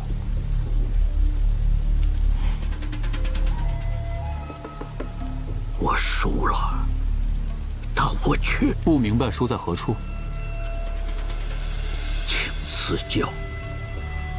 梁大人曾问翟禄，当初那个为民请命的小吏，如今在何处？梁大人，难道不是也为自己而说的吗？如今你变成这样，你有什么面目见你的妻儿老小？大人，你也不当问我如何。宦海浮沉，清浊一体。仕途艰险，还没到你懂的时候。梁大人，其实我们几人避开追杀，本可以隐匿行踪，避开此间祸事，但是我们又都回来了，亦都参与其中，你可知这是为何？大人不信，我便讲一个案子给你听听。崇宁1年，有一大户人家遭了窃。一老儿被指认为凶手，刑杖40，死于公堂之上。此案没有切实的物证，只是邻居说这老儿忽然发了横财，买了几壶好酒喝，便断言其犯了盗窃罪。其孩儿本是个仵作，因此事便不能再与衙门供职。那小仵作没有别的生计，给父亲说了诗，连夜便投了河。大人，这个小仵作便是我的前任，此案有疑，是也不是？梁大人，民妇也有一个案子，有一个姓沈的书生，与人吵架，不慎将其推了一把，谁成想到了晚间，那人竟莫名死了，书生因此被定了罪，投入了大牢，没多久便也病死。这个姓沈的书生便是我的公爹，也正因他犯了事，我的夫君沈秀失去了相考的资格，从此沦落到以换鸟为生。此案有疑，是也不是？大人，这2桩案子都是李吉写在谏言书中的，48份卷奏，48句此案有疑。您当初读时，心中可有一丝敬畏，一点愧疚？梁大人大约也已忘记了，在这卷宗的背后，李吉想向您诉说些什么。我今日想在这里再说给您听一次。欲颂，推勘者大事也，必有3要：一曰正确，所谓确者，必有2人以上之户证也；二曰查实，须定实，有几人以上者，勘地貌，善以存之，辅以笔录、口录、事录，此又为3录。然推居之本，在于人，在于民，存乎公义与平允，而非以公杂与声名也。闻君子息者，实为民请命之良力。愿君勿忘初心，不思旧志也。故有今日之献书，望大人书旧案，平冤屈，分清浊，以民为民，不负青天之名。大人不愿意坐着清风，但总有人愿意，也总有人记得他做过的事，行过的路。梁大人，这篇谏言书，字字皆为草民之忧心，恳请大人拨冗垂阅。若能纳言一二，实乃天下苍生之幸。我亦无憾。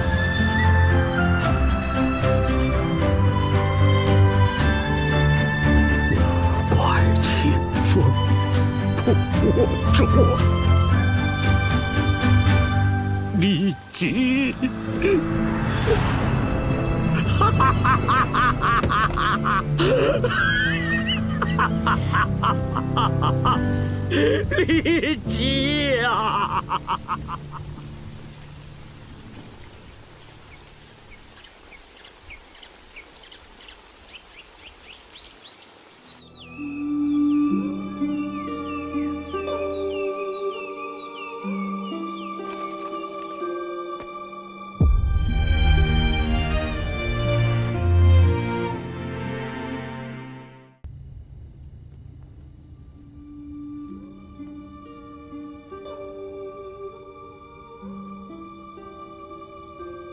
梁安道已交由岑大人亲自押解进京，画眉鸟旧案，连同那42桩疑窦重重的案子，将全数疾风重审。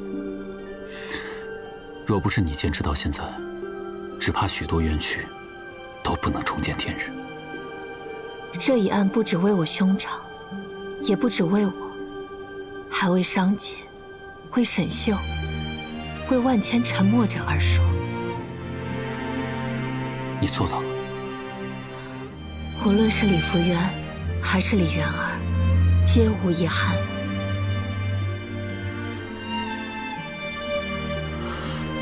都过去了，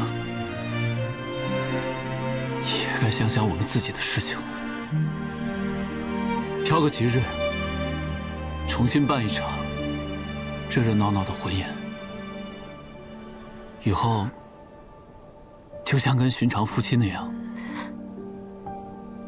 等到春天来的时候，我们一起再把这园子修缮一下，种些花草。私设公堂，明审观，你最清楚不过的。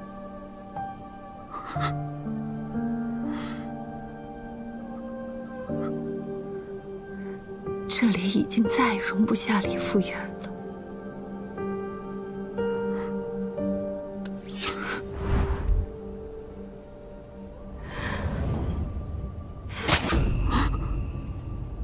不！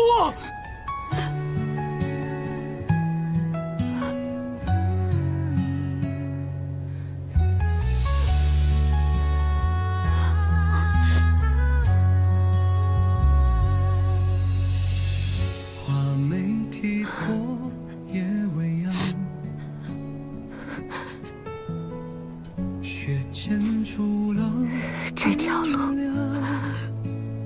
我本打算自己一个人走完，但因为有了你，连风雪也轻了几分。你走一步，我便跟一步。这条路是我自己选的，不是你的。我有选择的权利，选择留下，选择犯案，选择活着，也选择爱。从今往后，我要要这天下再无一个好人被无声的杀死。你能做成这样的人吗？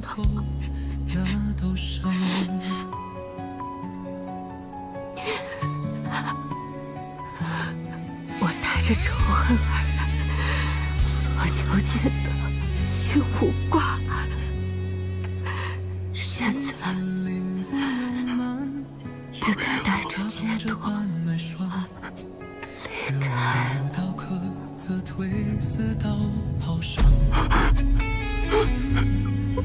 我借幻术演出衷肠，金簪间藏着谎，赫赫间藏着谎。你说要陪我等云开见日长，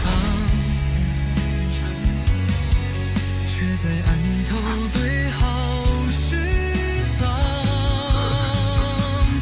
万众凝视，我也是那飞光，很少见才懂执念多烫。你说日时变忘，那夜的一切仿佛一场梦，那个我曾质疑而后敬佩与倾慕的姑娘，竟就这样变做了一只画眉鸟，仿佛她从来都没有存在过一样。没决心走过让，我站在烟火尽头望，你提着灯照亮那夜挣扎。霜雪融密云上，就掩盖心中伤。某年春里你说胡瓜正刚长长，人下画眉正吃过丹江。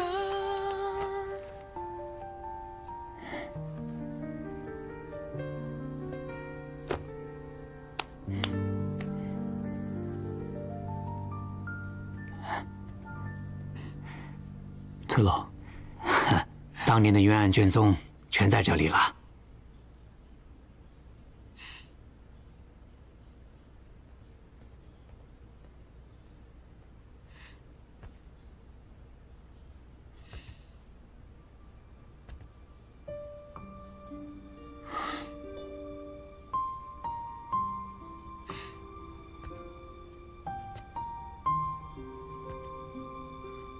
诸位，酒后了。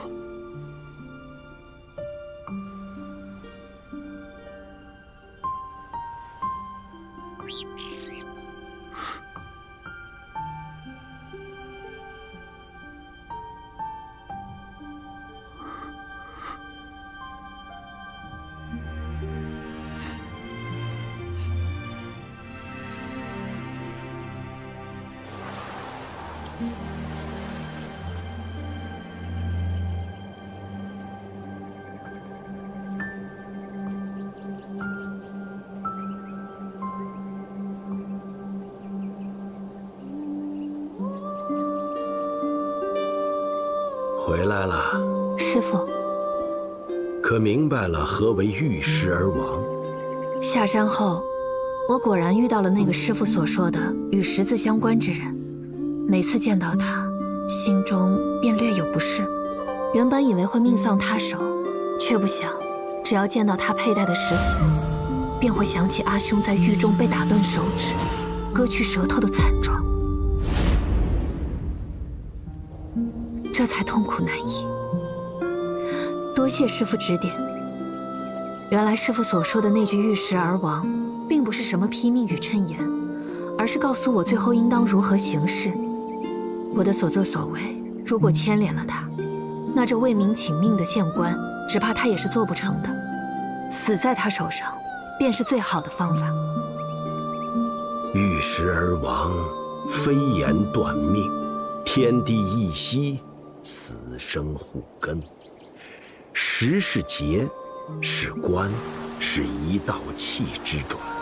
你若执念不舍，亡即真亡；若顺势而化，亡者可为时矣。世人以为我羽化成仙，其实不过借幻身脱困。师父之前所说，这一切只是长路的开始，原来是这个意思。如今我才知道，死是局的终点，活着才是劫的开端。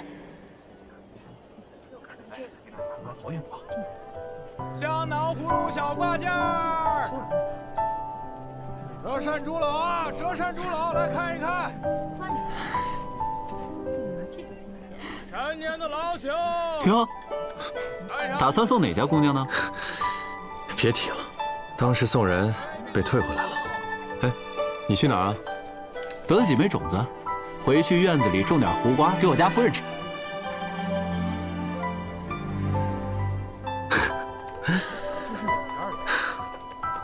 书中有云：有道是画眉七命探惊奇，人间总有朝朝日，留丹心，枪照看。